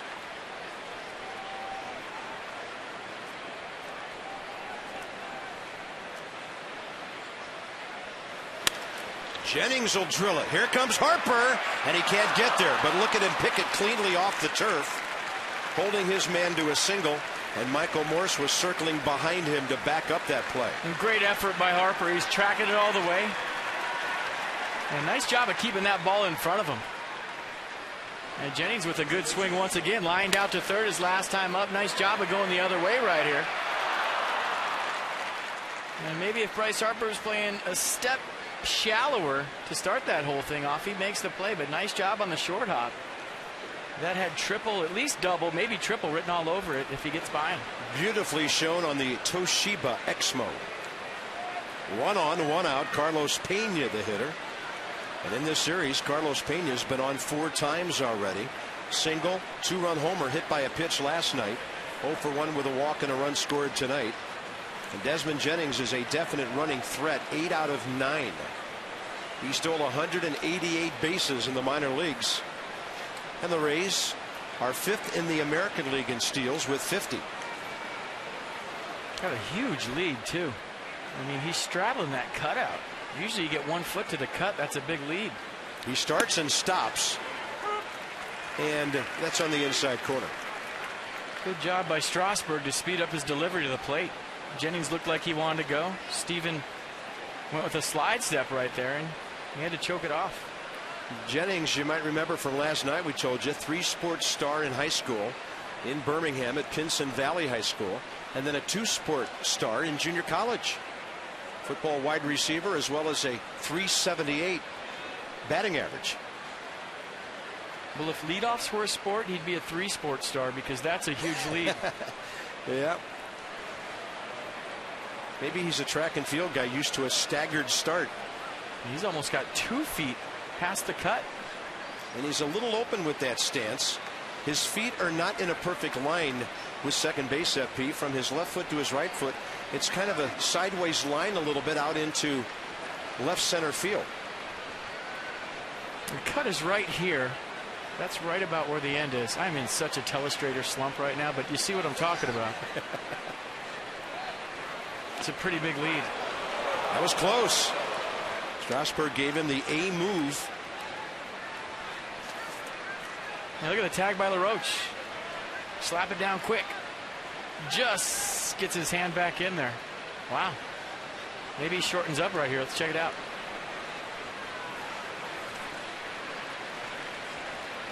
No, he got bigger.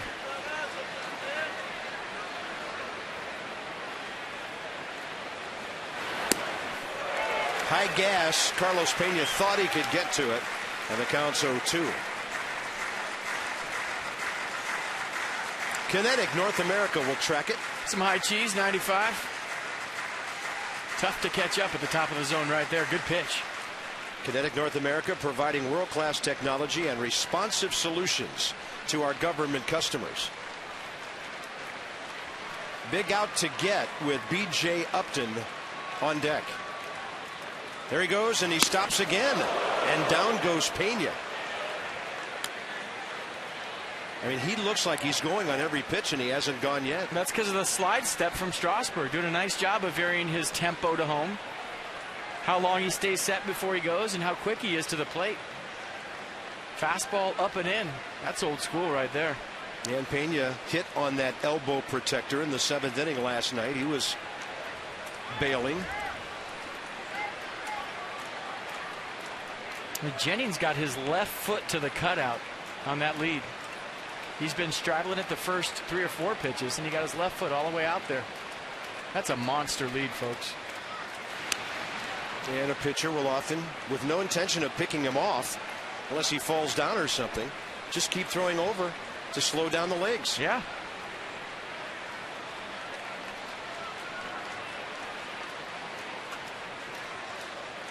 It takes a lot of energy to dive back, get up, dive back, get up. 1 ball and 2 strikes. He's holding again. That ball bounces, and Jesus Flores bounces up with it. Great block. Now, I'm sure there's catchers in the big leagues that are as good as Jesus Flores at blocking baseballs, but I haven't seen anybody better.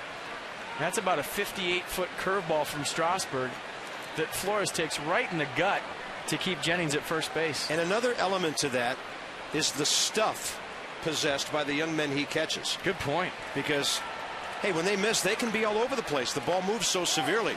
Runner goes, pitch low. Flores couldn't get a handle, and Jennings finally steals second base. And he's 9 out of 10. So they have a runner in scoring position now with 1 out. Let me check out the jump from Jennings. Great jump. Even with the sped up delivery from Strasburg, Flores tries to be a little quick, can't find the handle. Good no throw. Better not to throw that baseball without a grip with 1 out than launch it in the outfield. 3-2 now.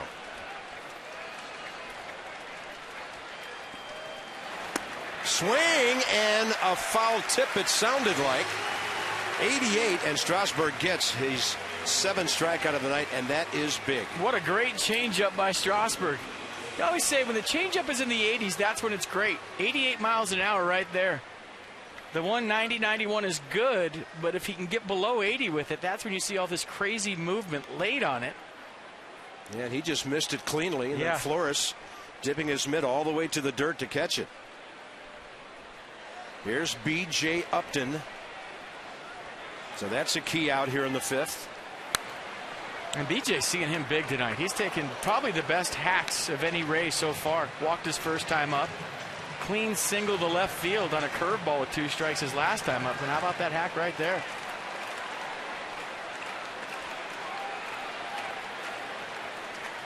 And see, sometimes hitters, when they get a fastball and foul it straight back, they change what they're looking for, thinking, hey, he's not going to throw me that pitch again. I was just on it. So they go off speed after that.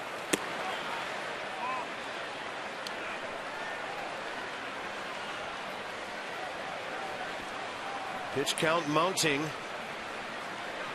17 after 1, 30 after 2 innings, 61 after 3, 70 through 4. And that ball is hammered high in the air, left center. Lombardozzi and Harper watching it, and Bryce will make the catch on a ball hit about 390, and we thought that one was leaving the premises.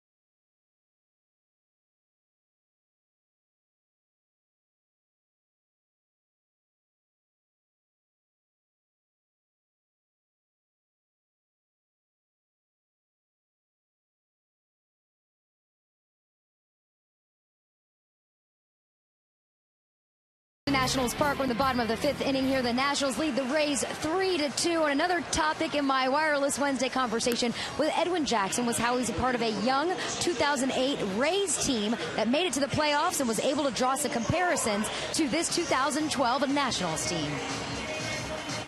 There's a lot of energy on both teams. It's a young team both ways, and you just have to go out with the mind frame that you can beat anyone, you can beat any team. It doesn't matter the pitcher, it doesn't matter the position player that you're playing against. Once you take that field that you can win, that's the mentality that you have, and that's the way you're gonna play.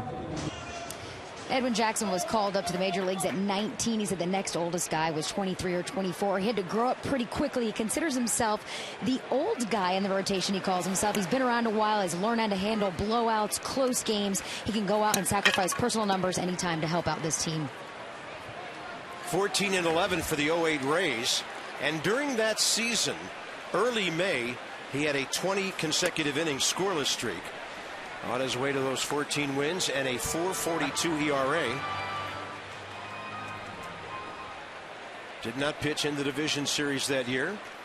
Pitched in a couple of games, totaling a couple of innings untouched in the LCS. And then in the World Series, he pitched 2 innings over 1 game, gave up 2 hits and a run. I feel like this about a lot of the Nats players, but I wish that Nats fans could get to know Edwin Jackson like we do. Just a great guy. You love being around him every day. And that'll be well foul as Jesus Flores waited for 76, but not quite long enough. Well, he's one of those guys like Gio that'll give you a smile and chat with you on the day he's pitching, when many guys we don't want to go anywhere within 30 feet of them. And you wouldn't know if he's 10-0 or 0-10, whether his ERA is 1.2 or 8.2. He's the same guy every day. Well, Tony La Russa said it when he was in our booth a couple of months ago. He said, we don't win last year without Edwin Jackson. Tony was here to present Edwin with his World Series ring. Right now, Chris Archer has struck out 4 of the last 5 Nats he's faced. He has 7 Ks in 4 1/3 innings, and he faces Steven Strasburg here. He has not given the Nationals a hit since that 3-run first inning. Well, Strasburg wants that fastball back. You saw the reaction. He fouled it back. In his mind, that ball should have been in the red seats.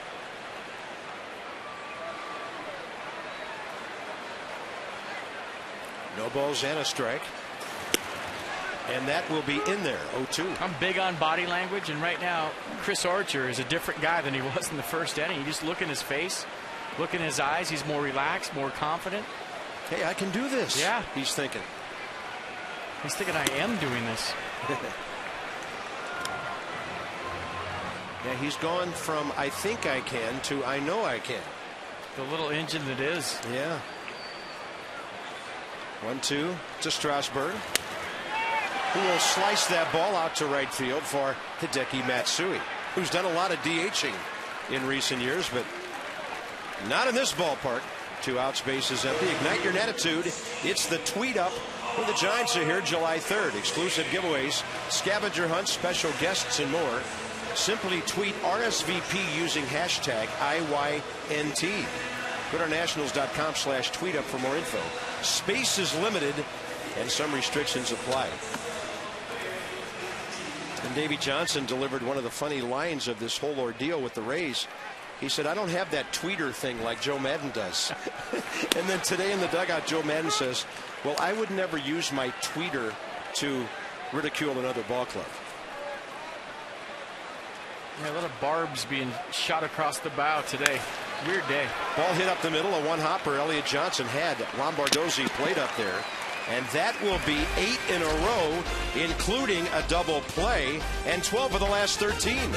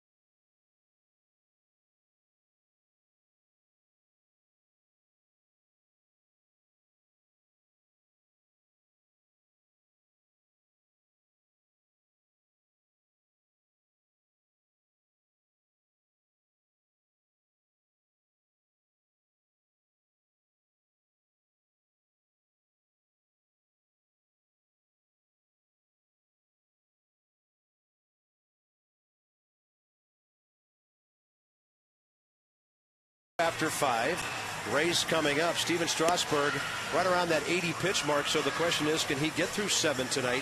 He could use a quick 6th inning. Yeah, you'd like to see him keep going. He's got a good rhythm going all of a sudden, doing a nice job. You'd also like to see the Nationals add on to that 3 spot they scored in the first inning, but it looks like Chris Archer settled down nice. He got good stuff. Really good slider. The scouting reports on him, he had a plus slider. Didn't see it in the first inning, but his fastball has went from 92 to 96, and the slider command is good. And so what do you think about Strasburg tonight? Strikeout stuff, couple of walks, not that much contact, but still a hard time keeping that pitch count down. Well, that's the way he goes. I mean, he's not a guy that's going to pitch to contact because he can't, because his stuff is so good. You know, there's guys that can pitch to contact because they throw 94, 93. Guys put the ball in play, but when you throw upper 90s and all 3 pitches are as electric as his, right there's a perfect example. If that pitch is not 96 and it's 92, it's at somebody, or, you know, Hideki Matsui standing on first base, but his stuff is so good. There's a lot of foul balls. There's a lot of swing and misses. So I don't think he's ever going to be a guy that pitches to contact. He's a power guy, and his pitch count's always going to be high. 3 7-inning outings on the year. So here in inning number 6, it's Matsui, Zobrist, and Elliott Johnson. And that ball's in there. No balls, 2 strikes. Yeah, not Steven's fault. Guys swing and miss or foul off his pitches so much. Stuff's too good to pitch to contact. In the 0-2 to Matsui, target is in. He goes straight upstairs with a fastball.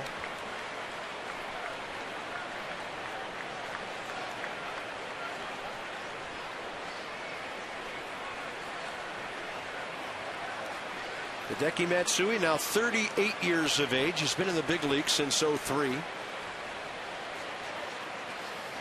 And that looks like a swing. He is strikeout victim number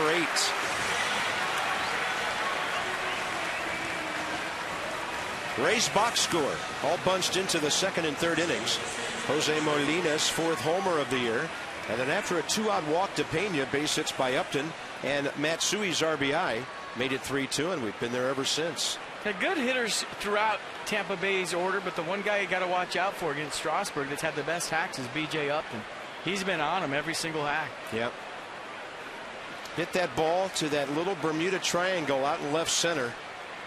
And for a moment, it looked like the Rays were going to take a 4-3 lead. I think he just hit it too high. It was up there forever.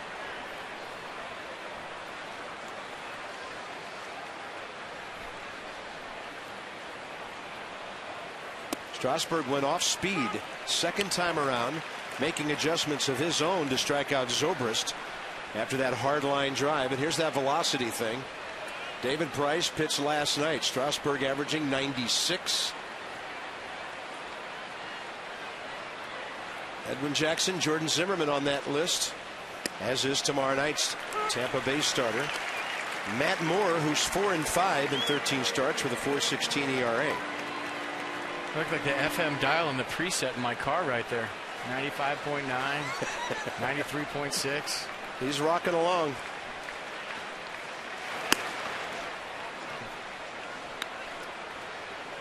Drew Storen. Just can't wait to not only get that grip, but unleash it. Pitching off the mound, feeling good. Yeah, just made that step here recently after throwing on flat ground for a while. And a breaking ball hit out to Danny Espinosa. So Strasburg, with his off-speed stuff, getting Ben Zobrist into an 0-for-3 now. What would you do if you had the chance to run the Nats? Head over to Facebook.com. And by the way, firing the announcers is not an option. Facebook.com/Masson Nationals. Enter to win a dinner with Mike Rizzo. Your chance to go one-on-one with the Nats GM, and we'll let you bring a guest, and Masson will take care of the tab. Enter now through July 1st. Might be the most informational dinner of your lifetime. Yeah, Riz will tell you the truth, too. Yeah. Dinner with the Godfather. Bring it on. Hey, can you put in a good word for us? Probably sitting in the back corner of the restaurant facing the door.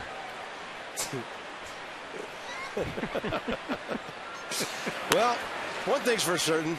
You are no longer invited to that dinner. Well, that's the safest spot. That's where the Mafia sits. Back corner, facing the door, so no one can sneak up on you. 1 ball and 1 strike to the hitter, Elliott Johnson. Dinner with the GM. Wow. They had an auction item at the gala last Saturday night where you could spend an afternoon with the baseball operations staff.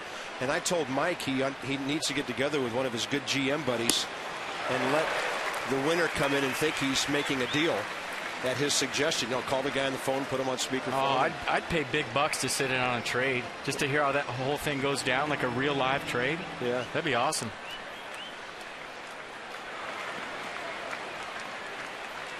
One ball and 2 strikes to Elliott Johnson. And Strasburg gets a line drive up the middle, just beyond the reach of Danny Espinosa. He's going for 2. He's going to make it easily. How about that from Elliott Johnson on a 2-out ball? Most guys would gladly settle for a single. That's just a clean 2-base hit. Bryce Harper's thinking, you stole my move. That's impressive. That's what he usually does to other outfielders right there. Great hustle by Johnson. Wasn't satisfied with the base hit in a 1-run baseball game with 2 outs here in the top of the 6th, 5th double of the season. And it was the definition of a hustle double. Got a change up out over the plate, stayed on it nice. Pretty swing right there. Good effort by Espinosa. Bryce Harper coming over, grabbing the baseball. It wasn't like he fell asleep. It's just Johnson beat it to second. Nice job. And Ryan Zimmerman kept that ball out of the Tampa Bay dugout. That's impressive by a non-drafted free agent who didn't sign until the age of 18 10 years ago, out of Eastern Arizona College. At least he was offered a chance to go there and play football, and he was offered a basketball scholarship to Mesa Community College. So we're talking serious hops, speed, and athletic ability for Elliott Johnson, who's been in the minor leagues for nearly 10 years. 1 ball, 1 strike to Molina. He's going to loft one to left. Here comes Lombardozzi, and he saves a tie game with a diving catch. He broke back, had to come in and make a spectacular play. Not bad for a transplanted infielder to left field. He has done nothing but play well as a full-time utility guy.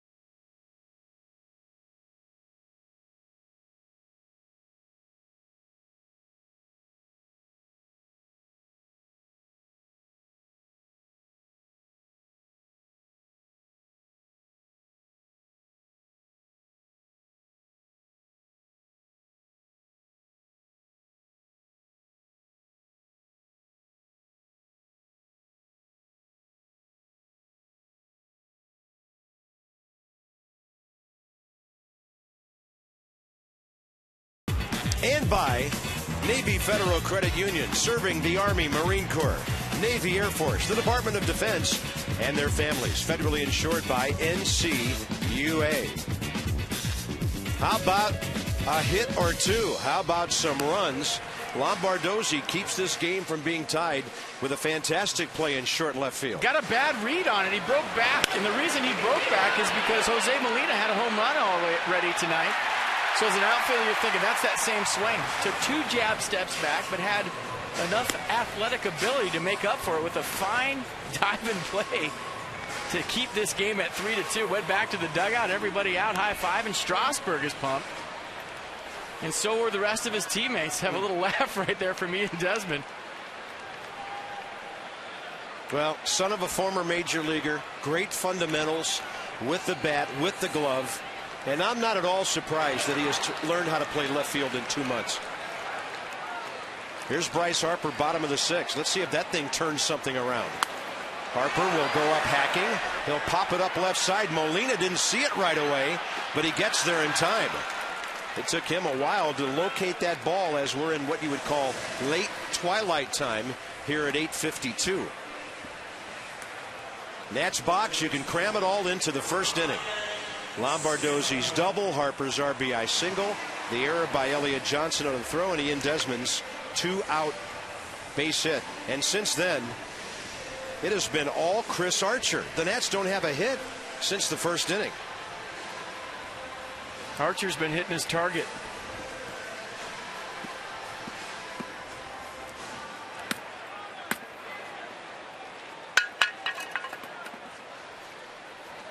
Razor warming up a pitcher that the Nats are pretty familiar with. 80 pitch count for Chris Archer facing Ryan Zimmerman, who's 0 for 2 with a pair of ground balls tonight. Burke Badenhop, who the Nats faced numerous times as a Florida Marlin.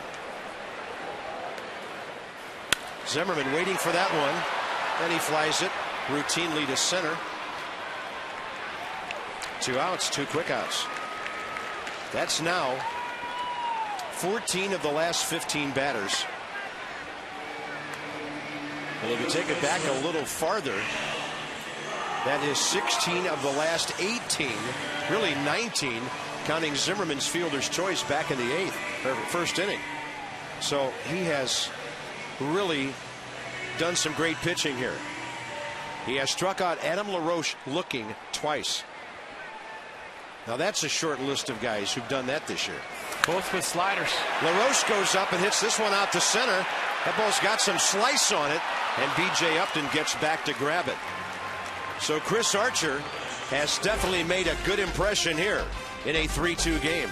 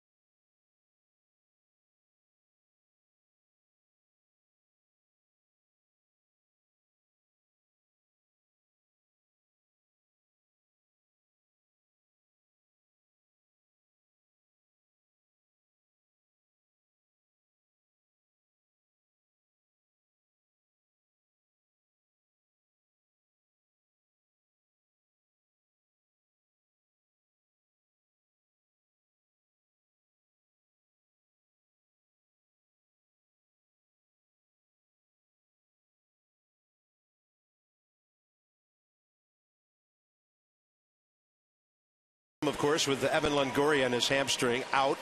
Discover Kia's full lineup of high quality, stylish, and dependable vehicles.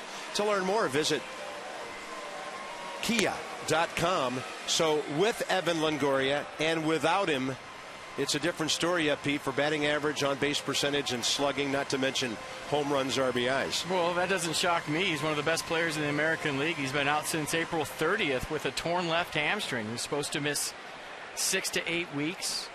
He went back to a rehab assignment for the Durham Bulls over the weekend, and he didn't re-injure it. He just felt some discomfort, so a little setback for Longoria.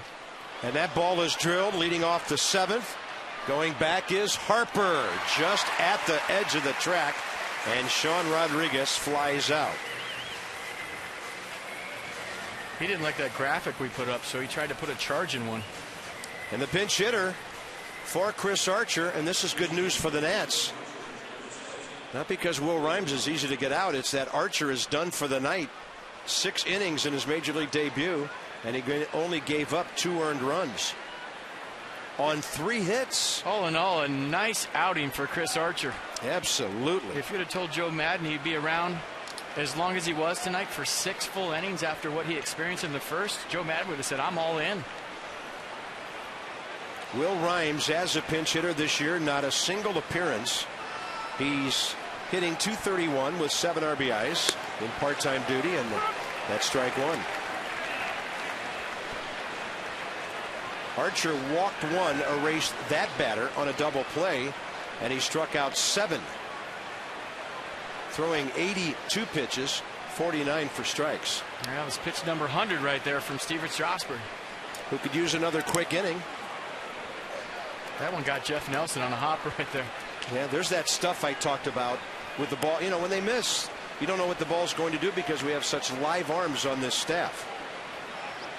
Yeah, it's not like Jesus Flores is blocking 85, thumbers out there that try to trick people with off-speed stuff. Everything that he blocks has a little hair on it. Yeah. That's why we call him the human bruise. Out of play left side.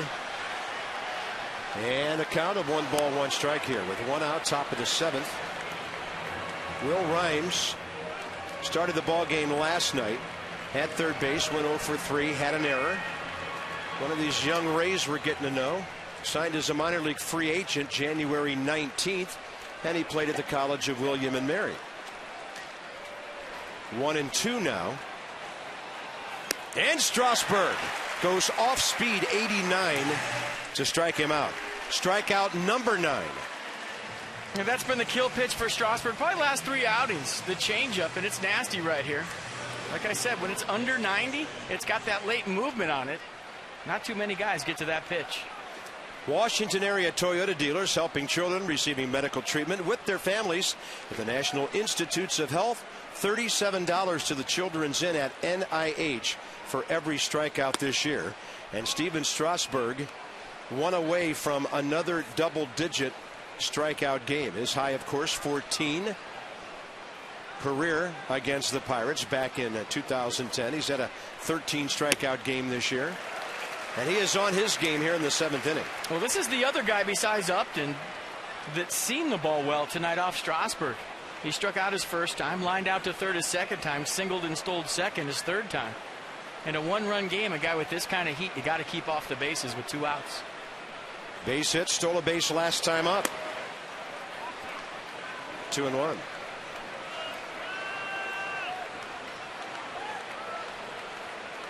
Carlos Pena on deck, struck out twice, walked once.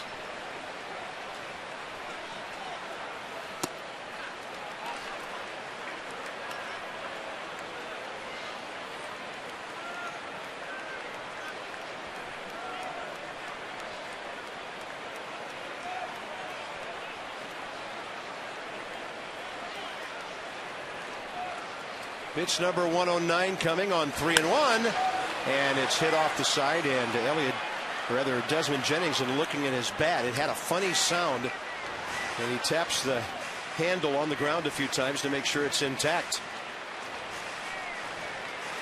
That was an odd swing. He swung at a 96-mile-an-hour fastball like it was a changeup way out in front of that. This becomes a huge pitch in a 1-run game in the 7th inning, right here, right now.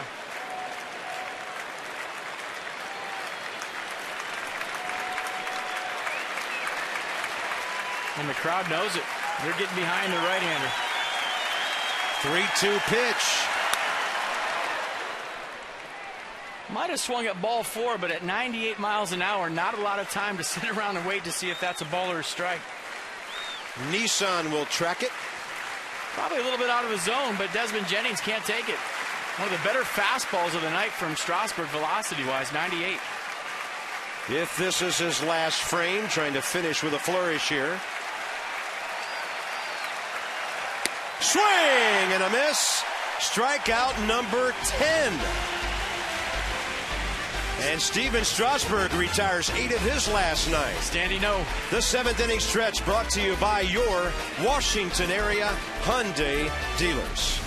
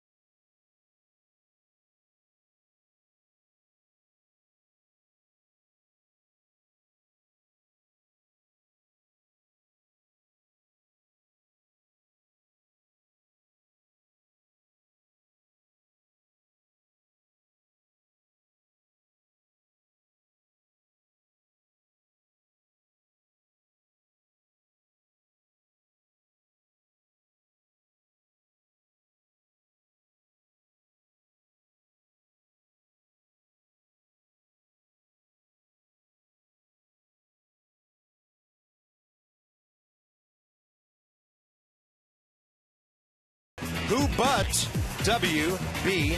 Mason? They'll bring you Nats Extra after tonight's game. Johnny and Ray on a sweltering night at the ballpark. And a 3-2 Nats lead. Vote for your favorite Nationals.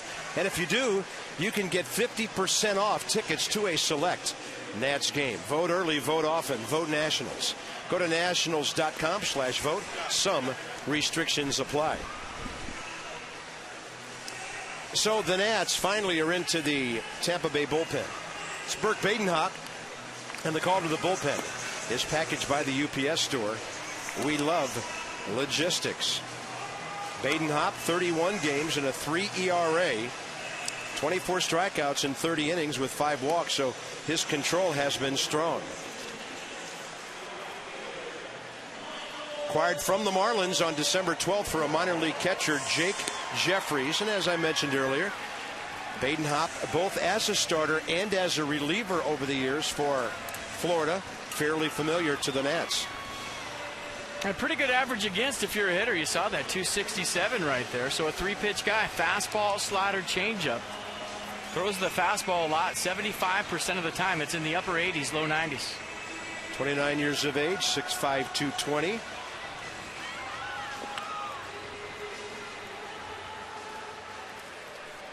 So here come the Nats with Michael Morse, Ian Desmond, and Danny Espinosa. Bottom 7.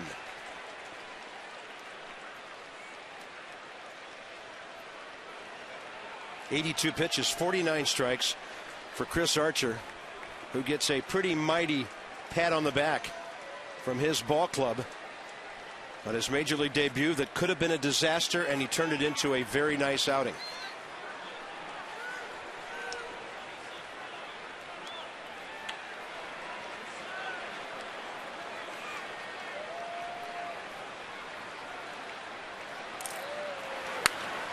Michael Morse goes up hacking, and Mike's done a lot of first pitch swinging lately.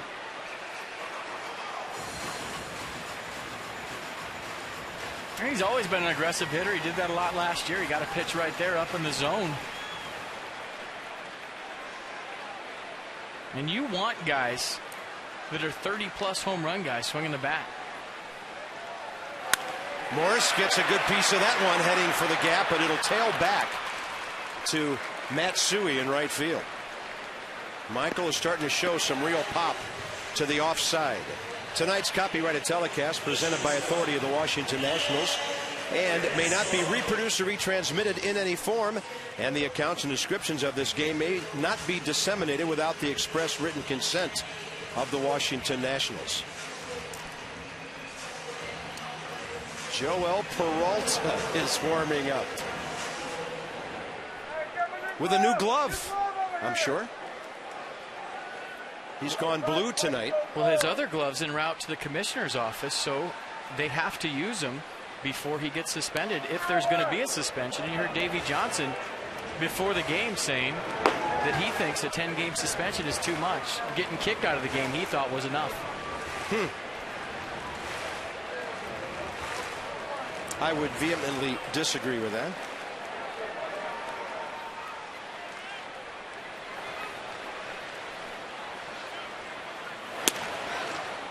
And a strike to Ian Desmond, 1 for 2 with an RBI hit tonight. Beautiful night here, 27,485. And Valero keeping America moving. First 2 games of the series drawing over 55,000. And Badenhop disposes of Ian Desmond quickly for the second out. We'll track it on the Kinetic North America pitch track. Yeah, 82 mile an hour slider on the black. So Ian Desmond now 2 for 8 career against Badenhop. Michael Morse making it out now 1 for 8. And Danny Espinosa will face him 1 for 3 career. When Davey Johnson went out and inspected Jay Howell's glove in the NLCS against the Mets, he got 2 games for having pine tar in his glove. That was a long time ago, though. So of course that's 2 playoff games, and that's huge. Good point. You know, for a reliever, if you suspend him for 10 games, that's 4 to 5 appearances for a bullpen guy.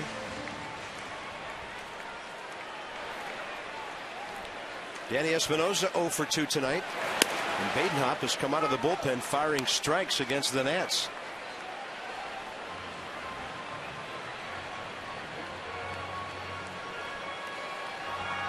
$50 games for Florida last year with a 4.10 ERA.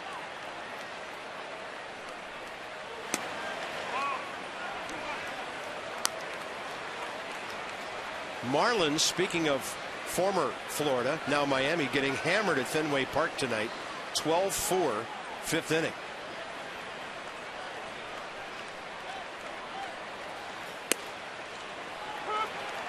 And the Mets, of course, the team chasing the Nationals. After being scoreless with the Orioles for a while, they are 4-0 ahead in the top of the 7th, and they've shut down Baltimore's offense in that series at Citi Field so far. Phillies are tied 5-5 in the 7th at home against the Rockies. And the Arizona Cardinals beating the Seattle Seahawks 14-10 in Arizona. Saw that. Roof must have been closed and they turned the air conditioner on extra fast today. and they're throwing underhand. Wow.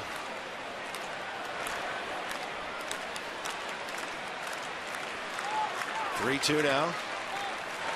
Espinosa off speed, strikes out on a pitch blown away. Things are moving quickly for the pitchers here in a 3-2 game.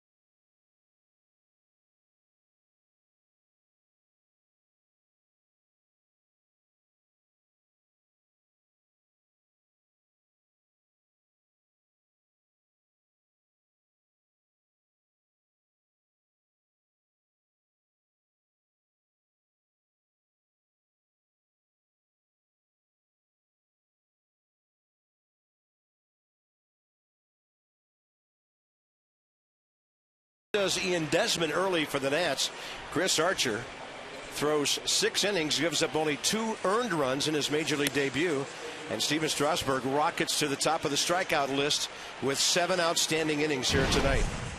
Yeah, 6th time that Strasburg has posted a 10-plus strikeout game in his career. 3rd time he's done it this season. And he did it with all 3 pitches. Changeup, curveball, fastball.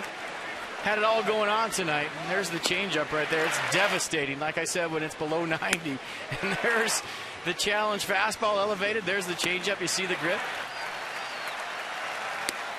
I mean, you just look forward to every day this guy pitches. It's almost like an event, a must-see TV event that you can't miss. Discover Kia's full lineup of high-quality, stylish, and dependable vehicles. To learn more, visit kia.com.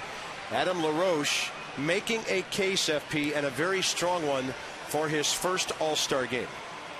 No, you don't have to convince me. You know, we've had the opportunity and the privilege to watch that guy play, and it's not all about the offensive numbers. It's the way he's played defense, too. Yeah, how many errors has he saved his teammates? There's your outfield. Michael Morse from right to left. Rick Ankiel will bat 9th on a double switch. And then Bryce Harper from center to right. Steve Lombardozzi out of the ball game, but his contribution will be long remembered into the evening if the Nats hold on to win this one. Sean Burnett takes over, top of the 8th. And a big inning. Carlos Pena, B.J. Upton, and Hideki Matsui. So 2 lefties, 1st and 3rd in this inning. Strasburg 111 pitches and 71 strikes. 2 runs, 5 hits, 2 walks, 10 strikeouts in 7 outstanding innings. You're getting all the changes done. You're introducing a new pitcher, and you look up and it's a 0-1 count. With Sean Burnett, it seems like that's been the case all season long. Yeah. Same for the hitters. Yeah. Tim Cheetah said no swing on a mild appeal.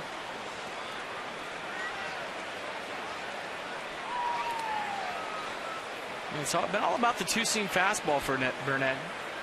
It's been nasty, turning it over. Lots of late movement. Slider's been good. Changeup's been good enough.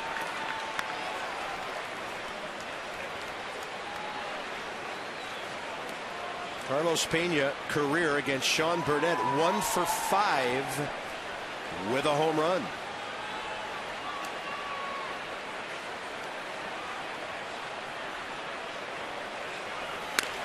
And he pulls it on the ground. The Nats wishing it would have stayed fair.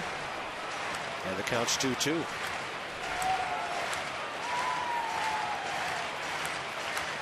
You know, I say bad died a hero all the time. You never say ball died a hero. I mean, it usually lasts a couple of pitches in the dirt. They throw it out. Done. Thanks for coming. Yeah. All that work to get to the big leagues, and then you last like 1 pitch. Whether it's a ground ball, foul ball, pitch in the dirt, you're done. You know, and for little pieces of quirk that dream about growing up to be a Major League Baseball, it's got to be devastating. It is. He counseling, Dr. Phil. That ball is going to be dumped down the right field line. Pena will make the turn. He'd better not go anywhere. Bryce Harper up with it in a hurry, and the tying runs on for the Rays to lead off the 8th inning with B.J. Upton coming up.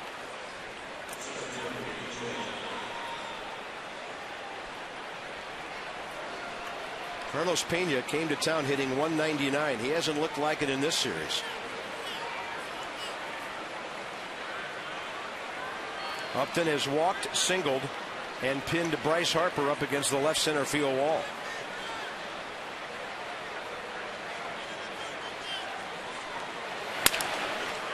Now that bat does die. And a foul ball called by Corey Blazer over there. I think that's a good break for the Nationals. Obviously, you want to get B.J. Upton out of there, swinging a hot bat tonight, a very dangerous hitter. But I don't think Adam LaRoche had a play at second base for Pena, so he would have probably tagged first, and you would have had the tie-in run in scoring position with 1 out. There's the turbo sinker from Burnett. Upton runs out of bat. That's right off the end. Look out, Sean Burnett. It's coming right at you. And then the play at first base. Would he have had a shot at second? Yeah, he might have, because Pena hesitated. So upon further review, maybe that would have been better if it was fair. Then Sean Burnett keeping the ball away from B.J. Upton to get him 0-2. B.J. Upton career against Sean Burnett, 1 for 2.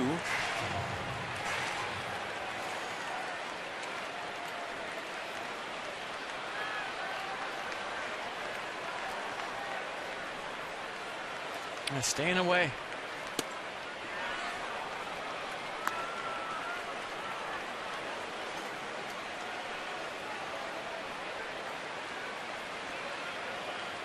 If you're Sean Burnett right here, you're thinking, I'm going to get beat with my best pitch. And his best pitch has been his two-seam fastball away. It's a ground ball pitch, and you're making him beat you to the big part of the park. Just misses, low and away, 2-2.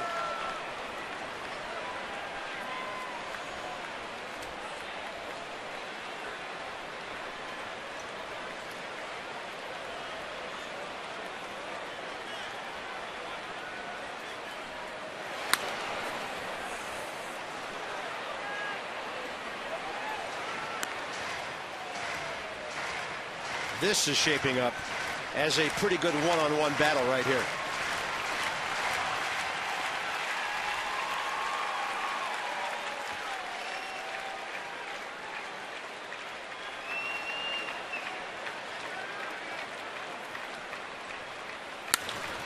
In the air to right. Harper is there. And a very, very big first out here in the 8th. Don't forget about that midseason flex plan now. You pick 3 games and you get a free new era ball cap, the official cap of the Nats and Major League Baseball. Minimum 2 plans, 1 cap per plan. Some restrictions apply. Log on to nationals.com/flex.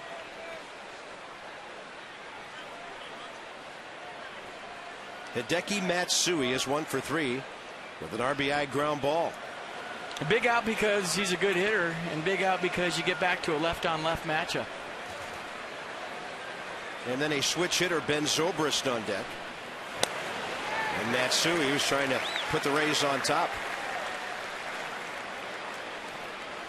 0-1 count going right after him with the heater. Matsui has never faced Sean Burnett, who was traded to the Nationals shortly after the Nats played in New York in 2009.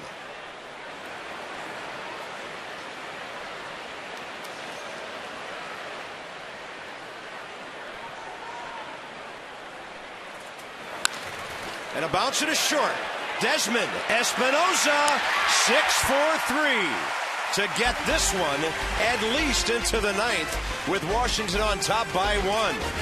Another great relief outing for Sean Burnett. And the Nats turn their 45th double play of the year.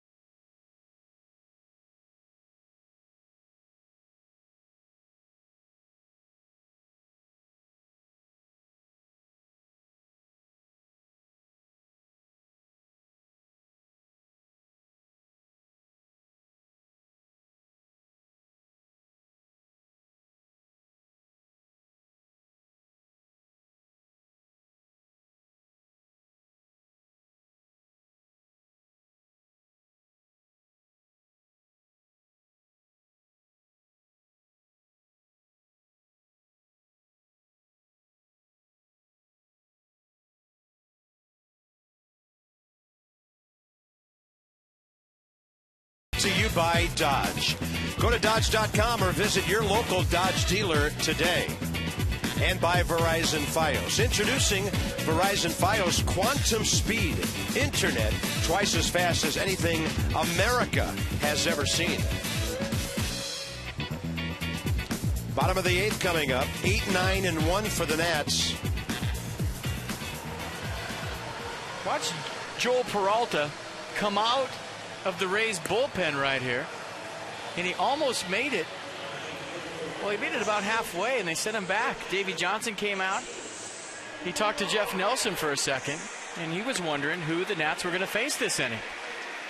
Bert Badenhop stays from a 1-2-3 7th. And if you're Joel Peralta, do you think you want to get in this game just a little bit? I mean, he wasn't waiting for the call. You know, it's a one-run game, so maybe nothing goofy happens, like throwing at somebody. But in a game that was more lopsided, who knows? I would imagine he just wants to get into the game. Throw some pitches. Huh? Make a statement. Hey, he was good for the Nats a couple of years ago. All right, bottom 8. Flores and Keel. Then the pitcher's spot. And Badenhop gets a strike to Jesus, who had struck out twice tonight against the Major League debut rookie Chris Archer. Flo will hit it up the middle. To his left, Elliott Johnson for the first down. And a first at bat tonight for Rick Ankiel, who will not be facing Bert Badenhop. So he'll strike out 2 and retire 4. Is he going right-hander? 4 right-hander here? Looks like it. Interesting.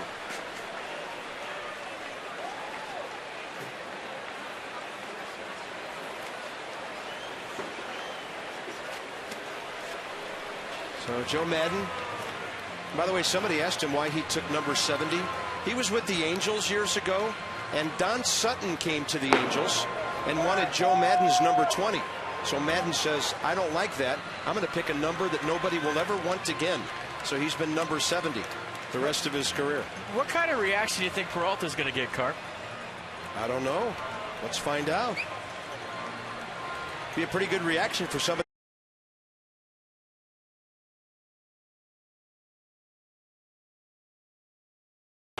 This call to the bullpen is brought to you by Chevrolet and their award-winning cars, trucks, and crossovers.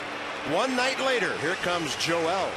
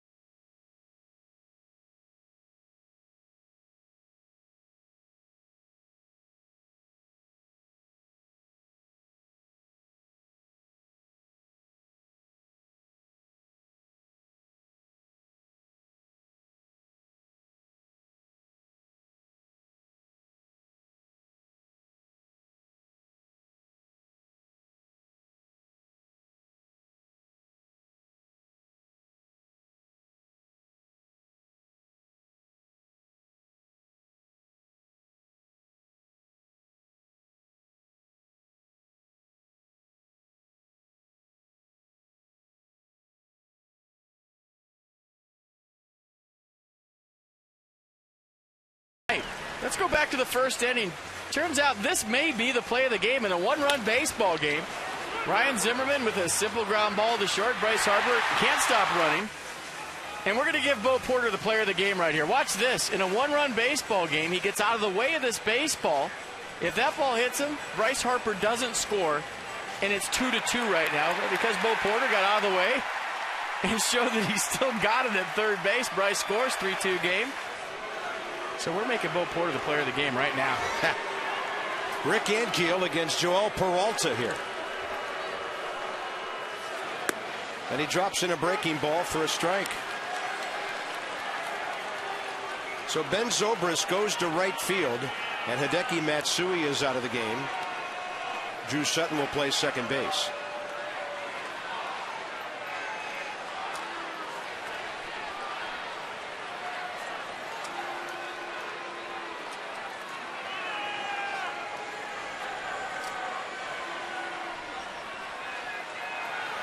And Keogh can't catch up with a high heat. You see the numbers on Peralta. 3.81 ERA. And he's a 3-pitch guy. Fastball, curveball, split. Throws the split 30% of the time. I believe we went over this repertoire last night. We just didn't see it. Yes, we did.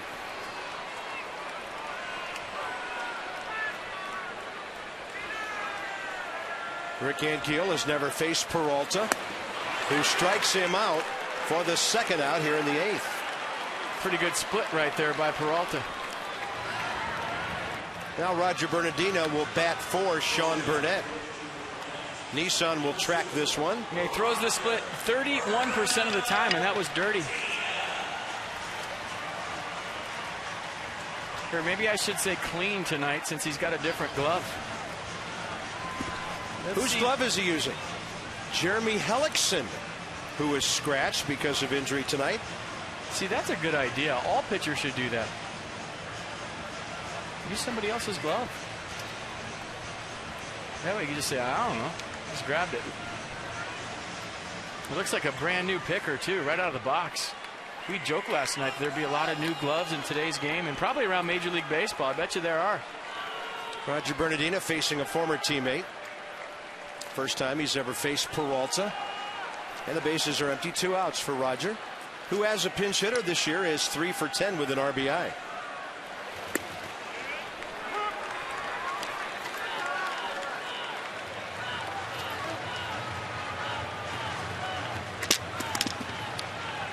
Roger has turned pinch hitting into somewhat of an art form for him. Only bad thing is when you're a good pinch hitter, guess what? Yeah, they like you to pinch hit more. You become a pinch hitter. Off speed, that's a beauty. 0-2. But pinch hitting in the big leagues is way better than playing every day in AAA. And I'm sure if you ask Roger Bernardino, he feels like he's doing a nice job off the bench, trying to contribute to the ball club whenever he gets an opportunity. And then when you're in first place, it takes 25 guys. Well, and he's an intriguing guy because of the power and the speed and the defensive ability. So he's not just a late inning pinch hitter. He just kind of serves that ball over to short. Elliott Johnson guns him out by a step. So this one is going top 9, and Tyler Clippard is on the way.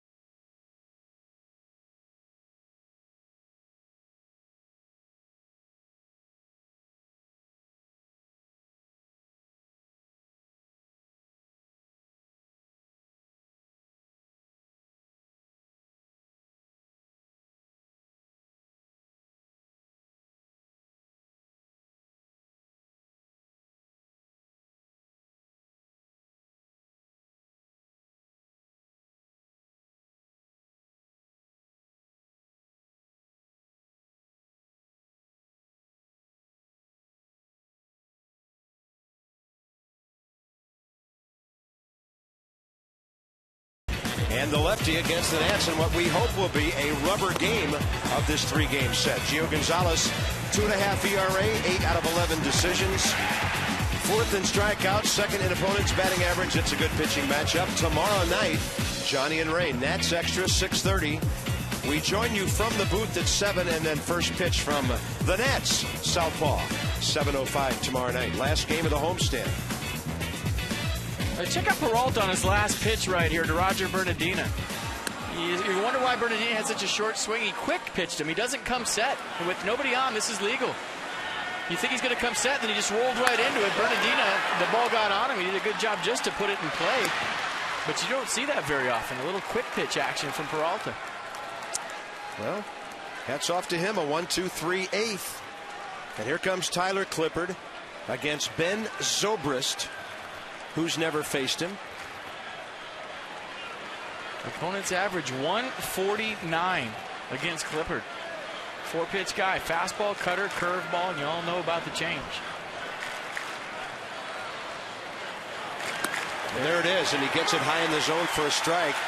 But the arm speed is so deceptive, you see guys who can't pull the trigger on what appears to be a drivable pitch. The only thing about throwing it first pitch for Clippard, it's not changing off anything. It's just 82. When you throw the fastball first, then it becomes super nasty. And then the reverse of that, which he often uses to his advantage, makes the 93 look like 98. So the count's even 1-1 to Ben Zobrist, 0 for 3 tonight, and 0 for 6 in the series with a walk. But a dangerous switch hitter from the left side here. That changeup floated in. He gets a pop-up. Out of play. No homers tonight, but when the Nats go deep, $200 to the Children's National Medical Center from the Washington area Lexus dealers.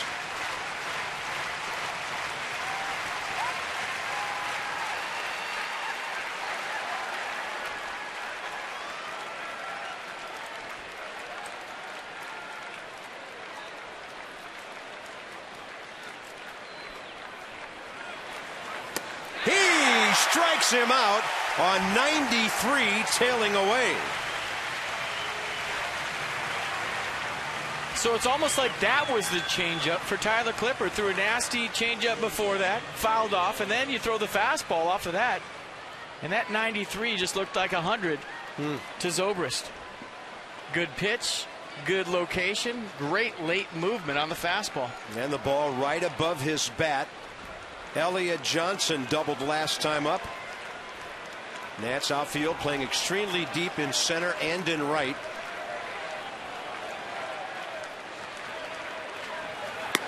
And Clippard will just miss with 94.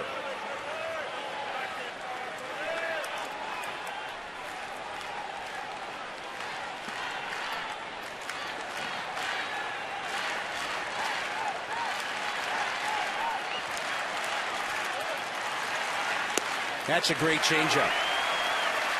Just above knee high on the inside corner, and the count's even 1-1. One more tomorrow on this homestand.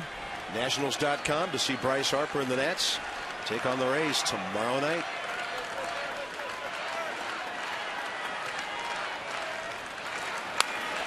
That ball pulled. That is foul. It looked like it was flirting with the bag, but Corey Blazer ruled it to the right side of the bag. And now LaRoche asking him right now what he saw, because he thought it was fair. Let's check it out. Ground ball down the first baseline. LaRoche playing no double, so he's right there, and that looked fair. You know, that sure did look fair going over the bag. You know, from that angle, tough to tell. Hard to tell from that angle, too. It was fair for 89 feet and 8 inches if it was indeed foul. 1 ball and 2 strikes. I think LaRoche was hoping that it didn't hit the bag.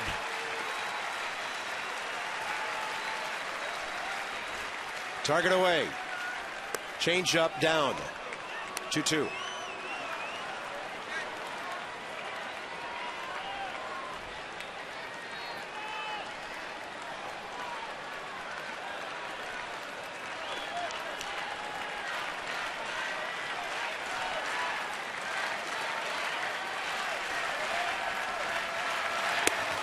Clippard goes fastball and misses inside. That just missed, but Jesus Flores had to reach across right there. That might have been the difference, but I think this might have got some plate on the inner half. Yep, it did. And a lot of umpires don't call it a strike when it's not right where the catcher sets up. Elliott Johnson has 9 lives right now. Yep, 2 tough breaks on this at bat for Washington. And Clippard will have him way out ahead with a changeup, but he got a piece of it.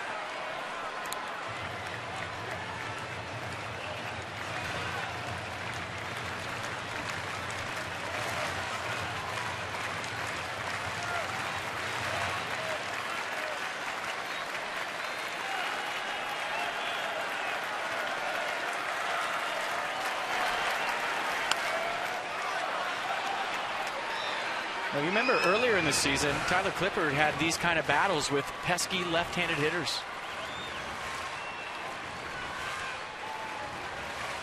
Johnson increased his hitting streak to 6 games tonight, 8 for his last 21.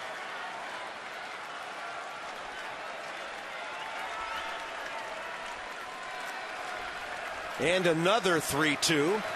Keeps throwing strikes. It's lined right at Michael Morse. 2 outs. W.B. Mason presents Nats Extra postgame show with Johnny Holiday and the riled up, and we liked it during the pregame show, Ray Knight here tonight. Ray's known Davey Johnson longer than any of us and had some great things to say, and I'm sure he'll have maybe a little bit more to say about a well-played game. Good thing about tonight, FP, it's been back to baseball tonight. Yeah, the good thing about tonight is tomorrow's over. So here's Jose Molina, 1 for 3 with a monstrous home run. I think I just sound like Yogi Berra. You meant yesterday, right? Yes. Okay, that's all right. Good thing about tonight is that tomorrow's over. Well, as Uriah Heep once said, today is only yesterday's tomorrow. You know what I meant, though. It's back to baseball. We're not embarrassed for you. We know what you're thinking. Right now, it's Tyler Clippard against Jose Molina. First career matchup between the two. And Clippard goes fastball and just misses outside, 2-0. That's where you want to be with the fastball. In a one-run game to a hitter with some pop. Right. Away, away, away.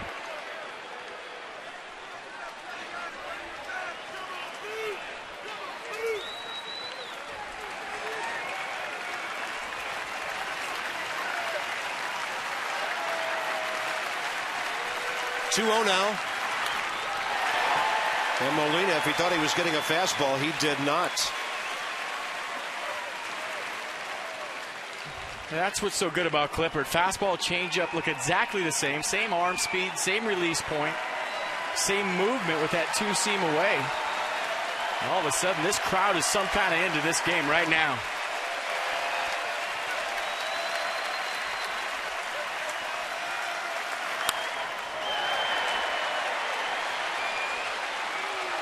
Molina wants that one back. That's the fastball he was hunting. 2-1 heater up and in. Tried to turn on it. Fouled it straight back.